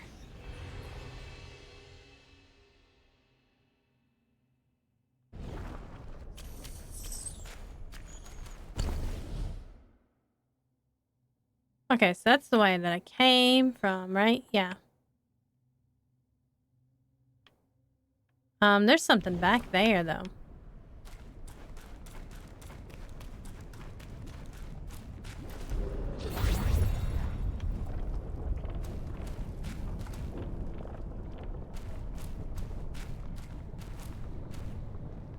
Oh, no. I don't know if I have the gourds to deal with that right now. And if I go and rest, I'm in trouble, probably. Jesus Christ.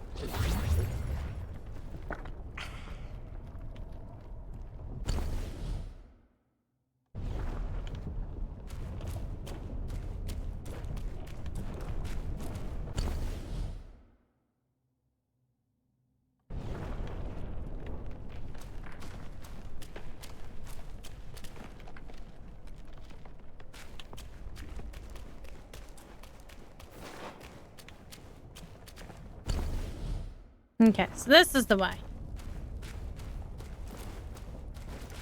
I got nothing.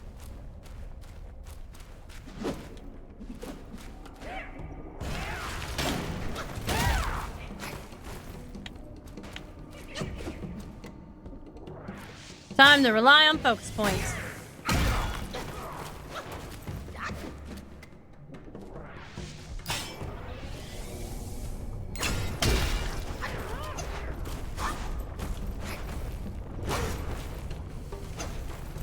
Have a good night. Have a good dinner.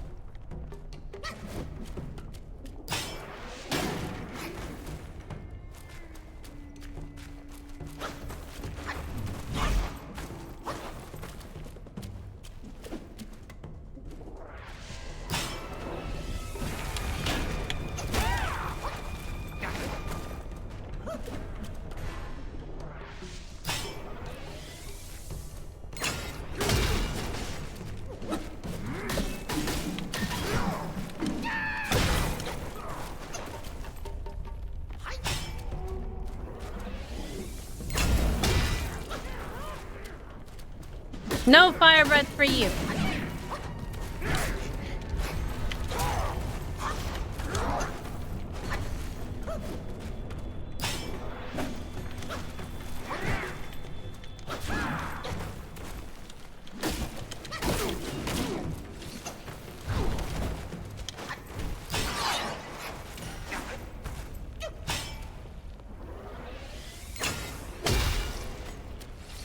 Whew.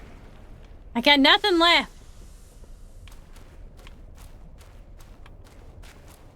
I need some health from somewhere.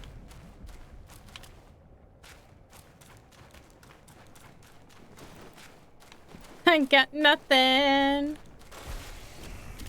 Oh, Jesus.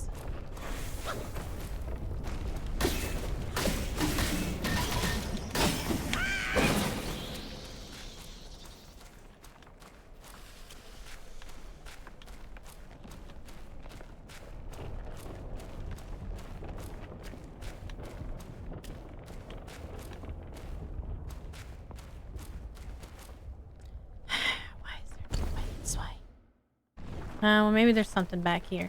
Oh! Okay.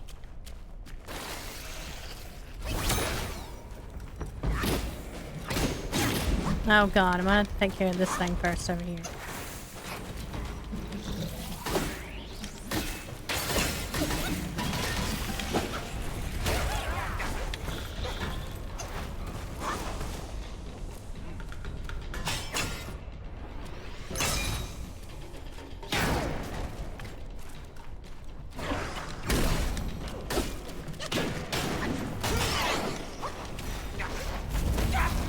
No, there I go.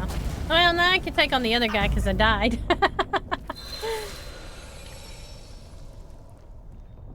We're gonna take on that boss now that I died. If I can make it there. You know, alive. That's the problem. Is that there are so many of those centipede things. And I don't even know if I can make it there. Oh man, okay, there's a lot of things through here.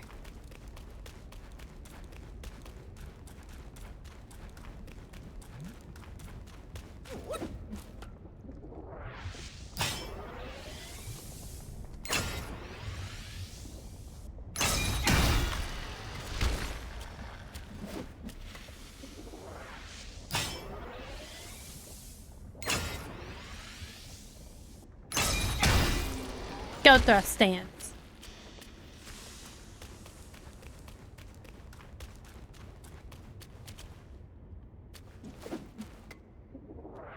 Hopefully I'm close enough for this thing.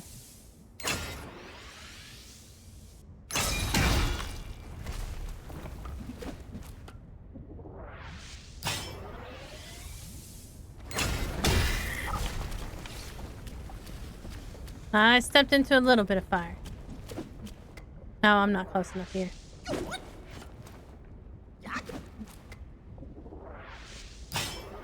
And the nice thing about these is they lay in wait for you. So, you just ambush them.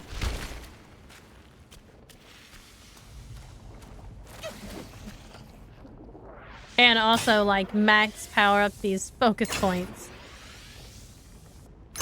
So your staff becomes as long as it can be.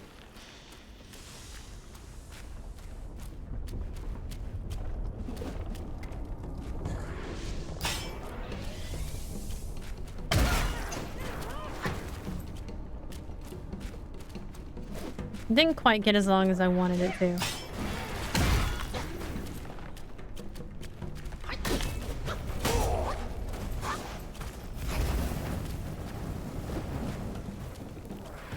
I'll just take this opportunity here, wait for him to get here.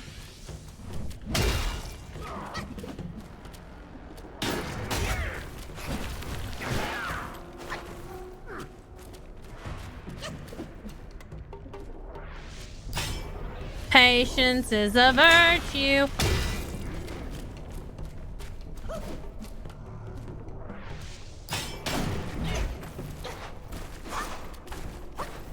And one isn't enough to like really stop him, but it beats down his shield a little bit though.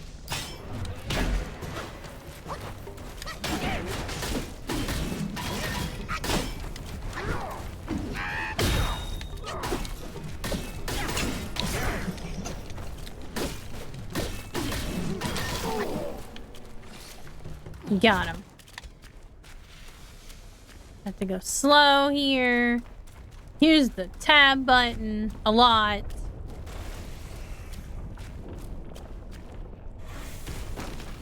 No, and get the fuck out of that. Come on, come on, come on.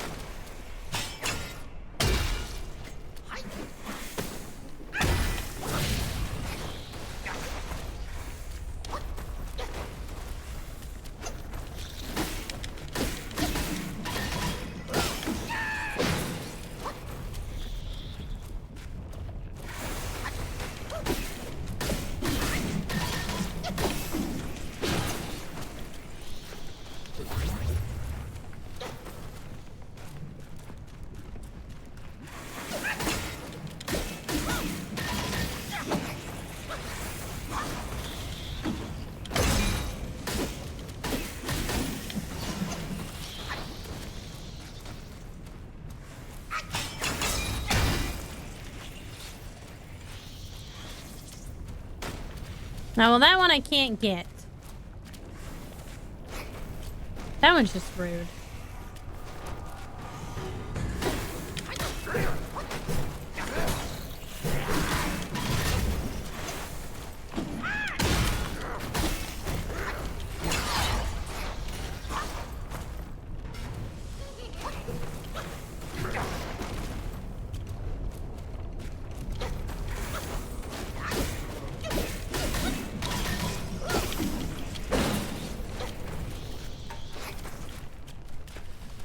Oh, that was nice of him to get stuck, though.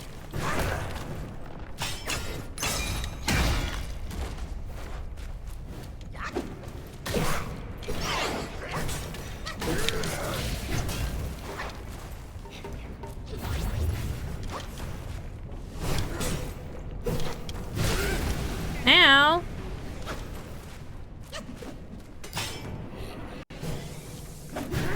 Oh, dang it. I wasn't close enough for that.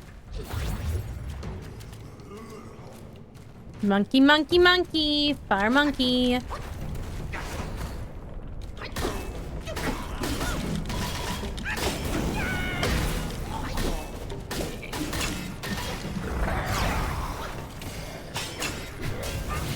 Ow!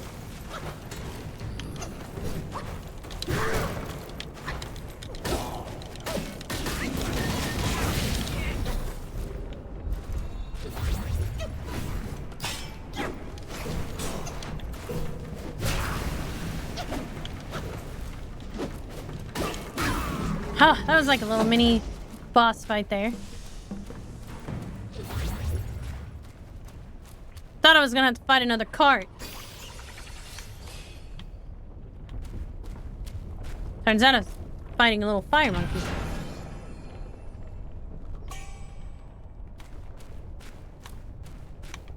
Got some fine gold thread. Oh, wait.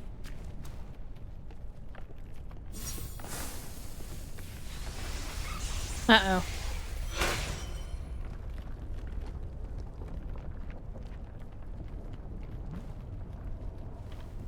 Okay, so what did that do? Do I have to pull it again? Does it do nothing? Is it like a magical third times the charm thing? Like, how many times can I do this?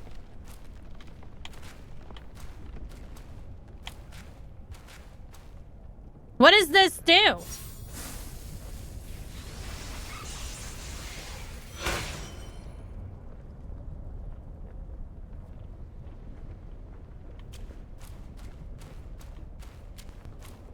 I am really confused.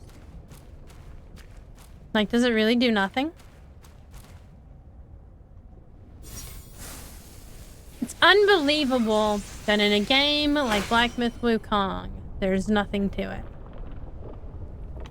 I don't know. I don't know. Alright. I guess new journals to read. Flameling. Amidst joy, a gentle spirit gleams. In anger, darkness sows and schemes. Beneath the earth, a silent foe. Flames within, slyly aglow. Ancient texts speak of flame ore, bearing a resemblance to cinnabar ore, but being non-toxic and more potent for pill refinement. Its sought-after properties for enhancing both yin and yang energies attracted many pill crafters. Yet, this rare substance of the mountain spirits remained elusive and priceless. Then there was Cheng Ming, a man obsessed with oddities, scorned by his family for his poverty. Learning that flame ores were formed within flamelings, he set out to profit from it. Selling all he had, he plunged into the mountains, fixated on capturing a flameling. Days turned to weeks with no news, save that his makeshift shelter mysteriously burned down. Raging at his misfortune, he saw a large red worm emerge from the ground before him, half buried, half exposed, with the innocent face of a child, much like a disciple of Guayin's. Startled by Cheng Ming's fury, it wept. Cheng Ming, who shouted to scare and silence it, but it only angered the flameling, who swiftly burrowed away. It was only then that Cheng Ming realized it was a flameling. He leaped about, hoping to lure it out again. Finally, the Guai, annoyed perhaps, burrowed out and struck him with the fireball. The clothes and skin of Cheng Ming caught on fire, and he rolled on the ground in pain and despair. He broke down in tears, realizing that he couldn't seize the flame ore by himself. Then, amused and curious, the flaming drew near him. For this one time, Cheng Ming chose to be brutal and resolute. He smashed its head in with a rock until it was completely shattered. Cheng Ming continued this merciless act and harvested plenty of flame ores, but he kept his methods a secret. His growing sales of the orbs eventually earned him fame as a renowned medicine gatherer far and wide. Tenor. Within the gloom, the monkeys roam, far away their lauded home. Ensnared in traps as troubles brew, in revenge's journey, what's cause, what's due. Centuries ago, the troops of the court raised Mount Huagal once more. Upon hearing of Great Sage's death, many monkeys left their home in sorrow and began searching for new sanctuaries for their practice. Given the Great Sage's past association with the Bull King, many sought his protection at Flaming Mountains. The Bull King hated monkeys as the Great Sage had betrayed him, yet he offered shelter to these distressed refugees. But life in Flaming Mountains was harsh, afflicted with scorching heat and frequent harassment from other Yaoguais. Fortunately, the keeper of the land treated them kindly, providing food and support, and earned the trust of the monkeys. Soon, however, a plague struck. The monkeys' fur began to fall out, their skin festered with sores, and large black boils, horrifying and infectious, sprouted on their backs. The plague spread rapidly, leaving many in such agony that death seemed a preferable fate. The Makaki chief, their leader, ordered the infected to be cast into the scorching furnace valley to fend for themselves there. Abandoned and dying, these monkeys cursed their former kin. As death neared, the keeper came and saved them with astounding cures. In weeks, their skin healed. In months, their boils burst and revealed dark wings. The keeper taught them to fly, accepted their loyalty, and enlisted them as their 10th-ranked minions, named the Tenors. Their first task was to purge the camp of the Makaki chief. Ruthlessly, they slaughtered their kin, sparing only the cunning Makaki chief, who managed to escape to an unknown fate. Well, we killed him, so there we go. Oops. Ma Tianba. In life, a brave heart met a noble lord, loyal and true, bound by a warrior's accord. Grateful and steadfast, he sought to repay, unyielding in courage, keeping danger at bay. Ma Tianba was originally named Ma Flaming Mountains were scorched hot all year round, with not a blade of grass growing around. Anyone attempting to cross the mountain, even if they had a head of iron and a body of steel, would melt into a puddle. Despite this, some merchants, driven by the lure of profit, attempted to cross the mountains to trade horses in the west. Yet upon setting foot in the Flaming Mountains, they were beset by Guais. None survived except for one horse, which bolted and ran for 60 miles after sensing the danger. Exhausted and thirsty, it collapsed at the gate of a cottage. An old man named Zhu, who lived alone in the cottage, took pity on the horse. He took it in, fed it, and cared for it. Gradually, the horse regained its strength and grew robust. The horse was intelligent and always responded to the old man's kindness with grateful neighs. The old man, seemingly able to understand the horse, said, "I was the eldest in my family. If you wish to join me, you shall be called Ma-er as my second brother." The old man treated Ma-er with genuine affection, often going hungry himself to ensure Ma-er was well fed. Ma-er took note of this and remembered in his heart. The Flaming Mountains were in perpetual drought, and without the plantain fan, there was no spring to sow and no autumn to harvest. Moreover, Zhu was getting on in years. One day, as he was feeding Ma-er as usual, he suddenly collapsed at the stable. Seeing this, Ma-er hoisted the old man onto his back and galloped toward the plantain cave on the Emerald Mountain. He ran non-stop for over 770 miles. Yet, by the time they reached Emerald Mountain, the old man had already passed away. Heartbroken, Ma-er refused to return to the cottage and began wandering the mountains. Seeing Ma-er's gentle nature, the Yaoguais in the mountain often bullied him. Ma-er endured their taunts and jests, never getting angry or speaking back. Homeless and unbannered, he lived this way for many days, his once robust body growing thin again. One day, as he was scavenging along the mountain path for scraps discarded by the lesser Yaoguais, he saw an old bull sleeping by the roadside, with fire burning on his fur. Alarmed, Ma-er tried to wake the bull, but to no avail. With no other choice, Ma-er hoisted the old bull onto his back and ran toward the plantain cave. Along the way, somehow, the Yaoguais, seeing Ma-er carrying a burning bull, were furious. They shouted and attacked, but Ma-er, ignoring them, charged ahead, sustaining many injuries. It was only when they finally reached the plantain cave that Ma-er realized that the burning bull was the Bull King, who had got drunk somewhere with friends and was now in a deep sleep. With a few calls from Rock Shasi, the Bull King was startled awake from his drunken stupor. Seeing the battered Ma-er, the Bull King laughed heartily. "You are one tough horse. From now on, join my banner, and you shall be named Ma Tianba. Thus, Ma became Ma Tianba. He trained and practiced martial arts under the Bull King, growing stronger and eventually becoming a great general under the Bull King's command. There. So that's a character, I guess. Alright, I'm gonna try to make it to the next little thingy. And then we'll head off. But first, I think I gotta beat this other guy. Now I'm not close. Now I'm close. Now he's gonna come after me.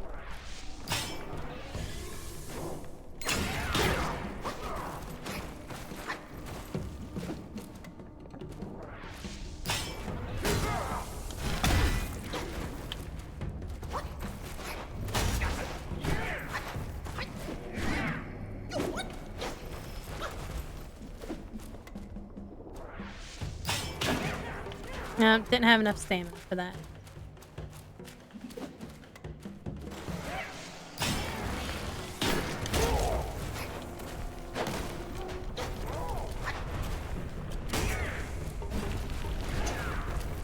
Now we're gonna have to stay away from up there then.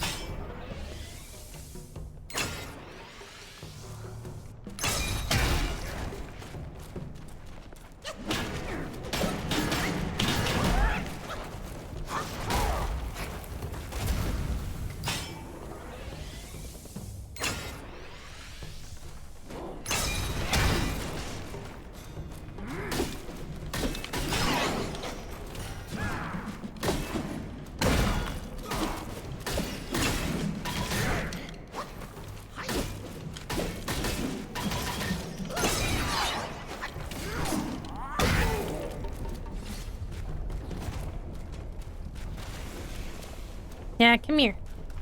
I got something for you.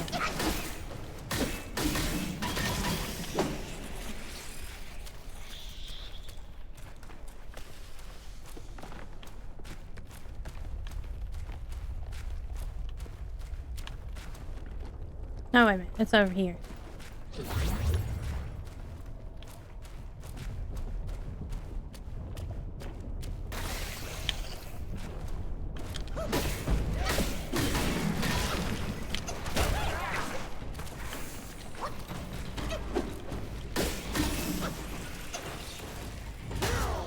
Oh, he's down there now. He might eventually make it back up here.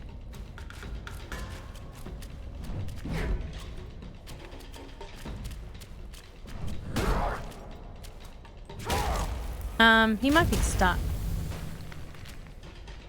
Oh, maybe he'll push himself off into the lava, though. There he goes. I mean, I guess that's one way to kill it. Oh, he's not dying from the lava. That's so rude. Look at him go. That's so rude. Well, I'll just get a shit while I wait for him. I totally was expecting him to just, you know, die. But I guess he's immune to the flames, being a flame Yaogwai.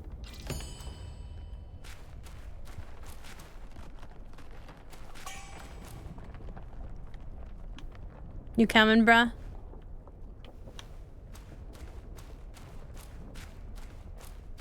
Watch him, like, sneak up on me.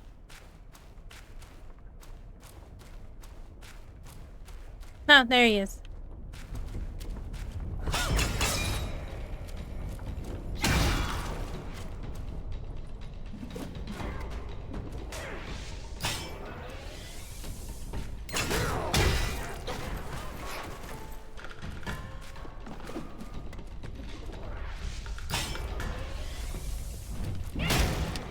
Nope.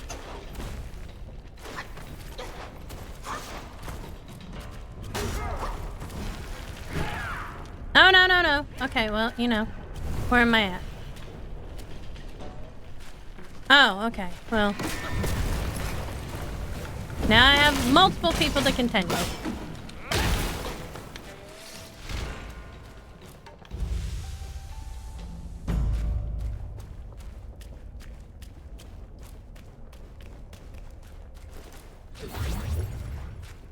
Okay, well, I don't know where he went to, but I'm gonna get this thing then. I don't know where the fuck he went to.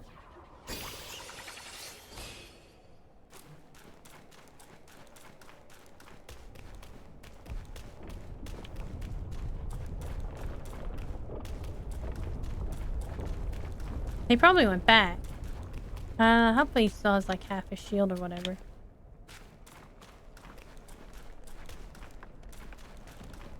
No. Rude.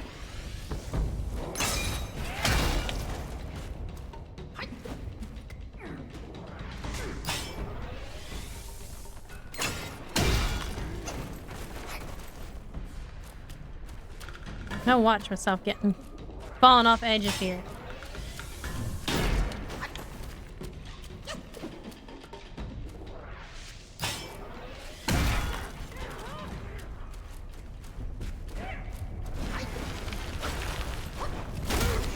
Now, do not do that again. You hear me, monkey?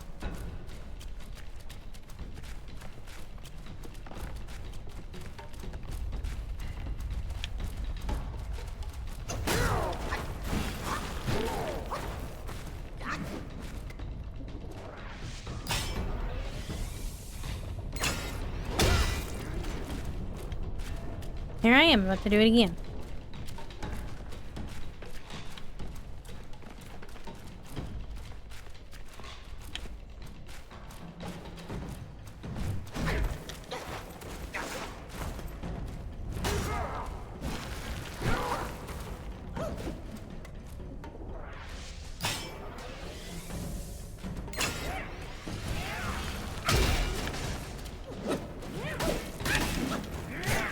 Ow! What the heck? I just don't have enough room to maneuver. How do you get to go over here?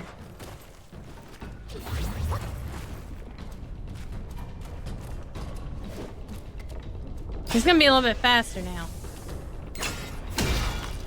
No flame breath for you.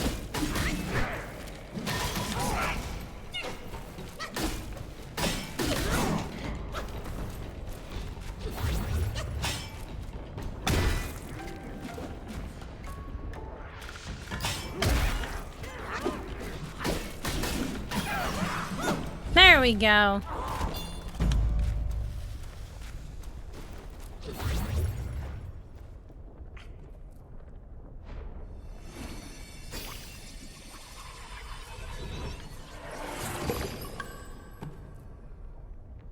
I got a new spirit. Success.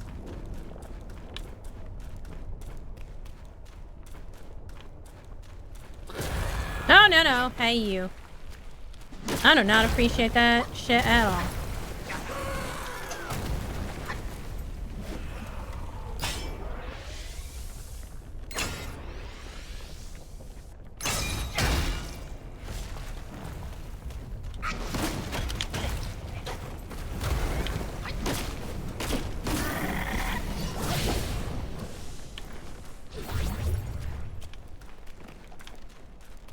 I love when things just jump out of the cliffs at you, though. You don't have time to target them. Again.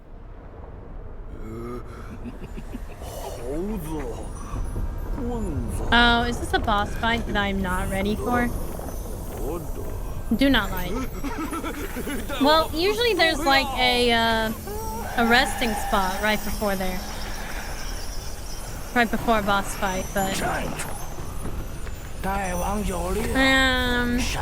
okay, it's a boss fight.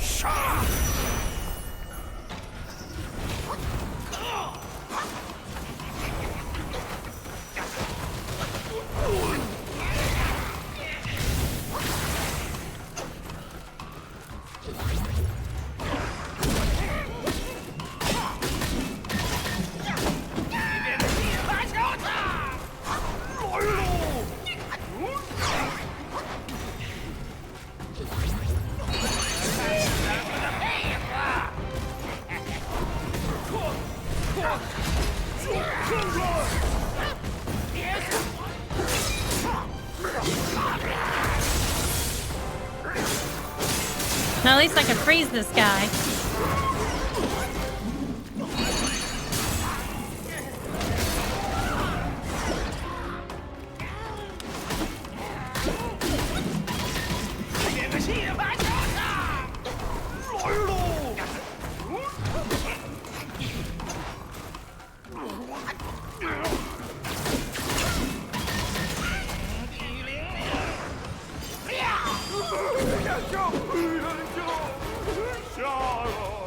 Oh god.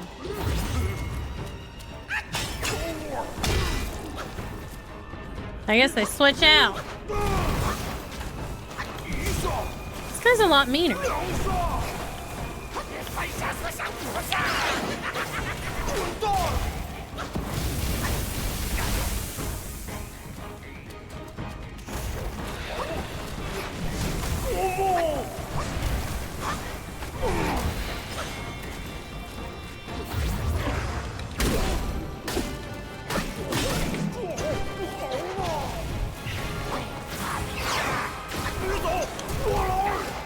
Gosh, this fight's intense.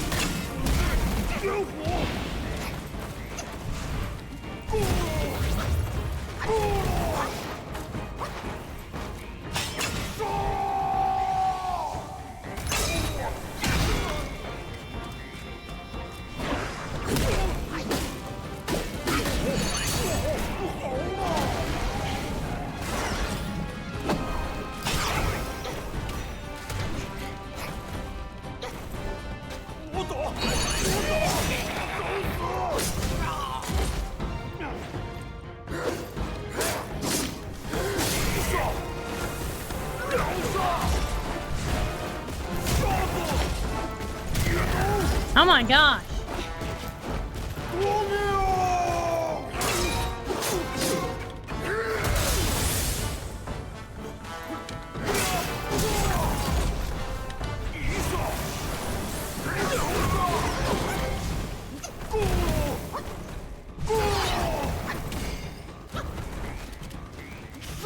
He says he can't see, but he can see pretty good. I feel like he can see pretty good.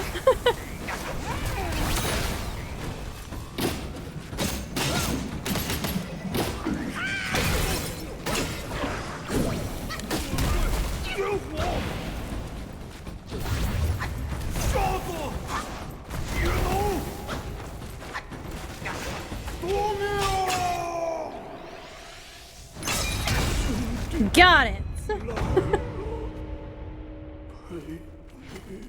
Whew, that was a pretty strenuous fight. Oh, I get a spirit also. Okay, well, you know, there's at least that.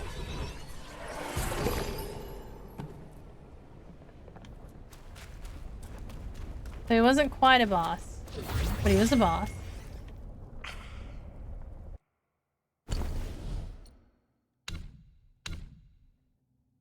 That was like, I mean, it was a chief, so I guess he was, I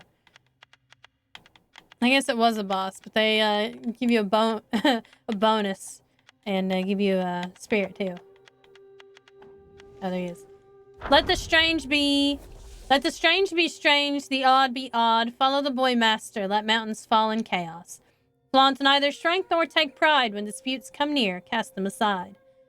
Once upon a time, there were 3 Yaoguais who shared a single body. They aspired to earn the title of mountain deity, and thus, with their bride paid, they targeted a blind mountain deity of Mount Hua to take his place. Although the mountain god was blind, his hearing was exceptionally sharp. He was highly skilled in the art of smoke and fire, able to release smoke to conceal his movements. Whenever the three Yao Guais came to provoke him, he would immediately vanish into hiding. One time, the three Yao Guais combined their powers to emit a sweeping flash of lightning, forcing the mountain deity out of hiding. The mountain deity cried out, waving his incense sticks wildly. The three Yao Guais, being clumsy, couldn't dodge and got hit. Seeing their clothes catch fire, the three Yao Guais forgot about the mountain deity and started blaming each other. As they quarreled, a burst of laughter echoed from the cliff. A young boy with red skin and white hair sat there, watching them as if enjoying a show. Embarrassed and angry, the three Yao Guais and the mountain deity temporarily set aside their differences and attacked the young boy. The boy, finding it amusing, wielded a sharp spear and sparred with them. Unexpectedly, the mountain deity's smoke perfectly concealed the clumsy body of the three Yao Guais, while the Yao Guais' lightning provided opportunities for the mountain deity to attack. Together, they managed to fight the young boy for several rounds. It wasn't until the boy used his samadhi fire that they fell to the ground, begging for mercy. Then Red Boy told them, "From now on, these 600 miles of mountains are mine. You will follow me and become my captains." From then on, the three Yao Guais were given a new name, Cloudy Mist, and the blind mountain deity was named Misty Cloud. They continued to serve Red Boy as a team, but their deep-seated animosity remained unresolved, leading to frequent quarrels that persisted to this day. Well, their quarrels are ended because they're dead. I fucking killed them.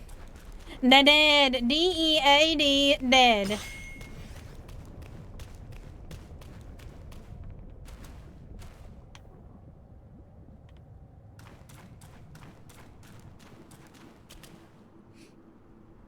Alright, we open in what's inside. A shrine. We made it, boys.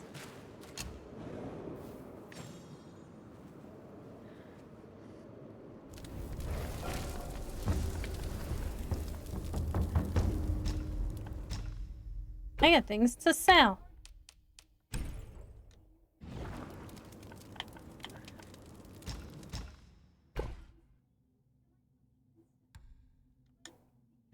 Alright, we're gonna make sure that we rest here, and then I will be done for the evening. Oops. Tomorrow, I will be back at 7 p.m. EST for Infinity Nikki. There's a new quest. There's a new patch. We're gonna go have some fun. At least tomorrow, my VTube studio will work. Maybe I need to use PNG Tuber for this one, but I think even the PNG Tuber would die, so there's that. But I will see you guys tomorrow at 7 p.m. EST.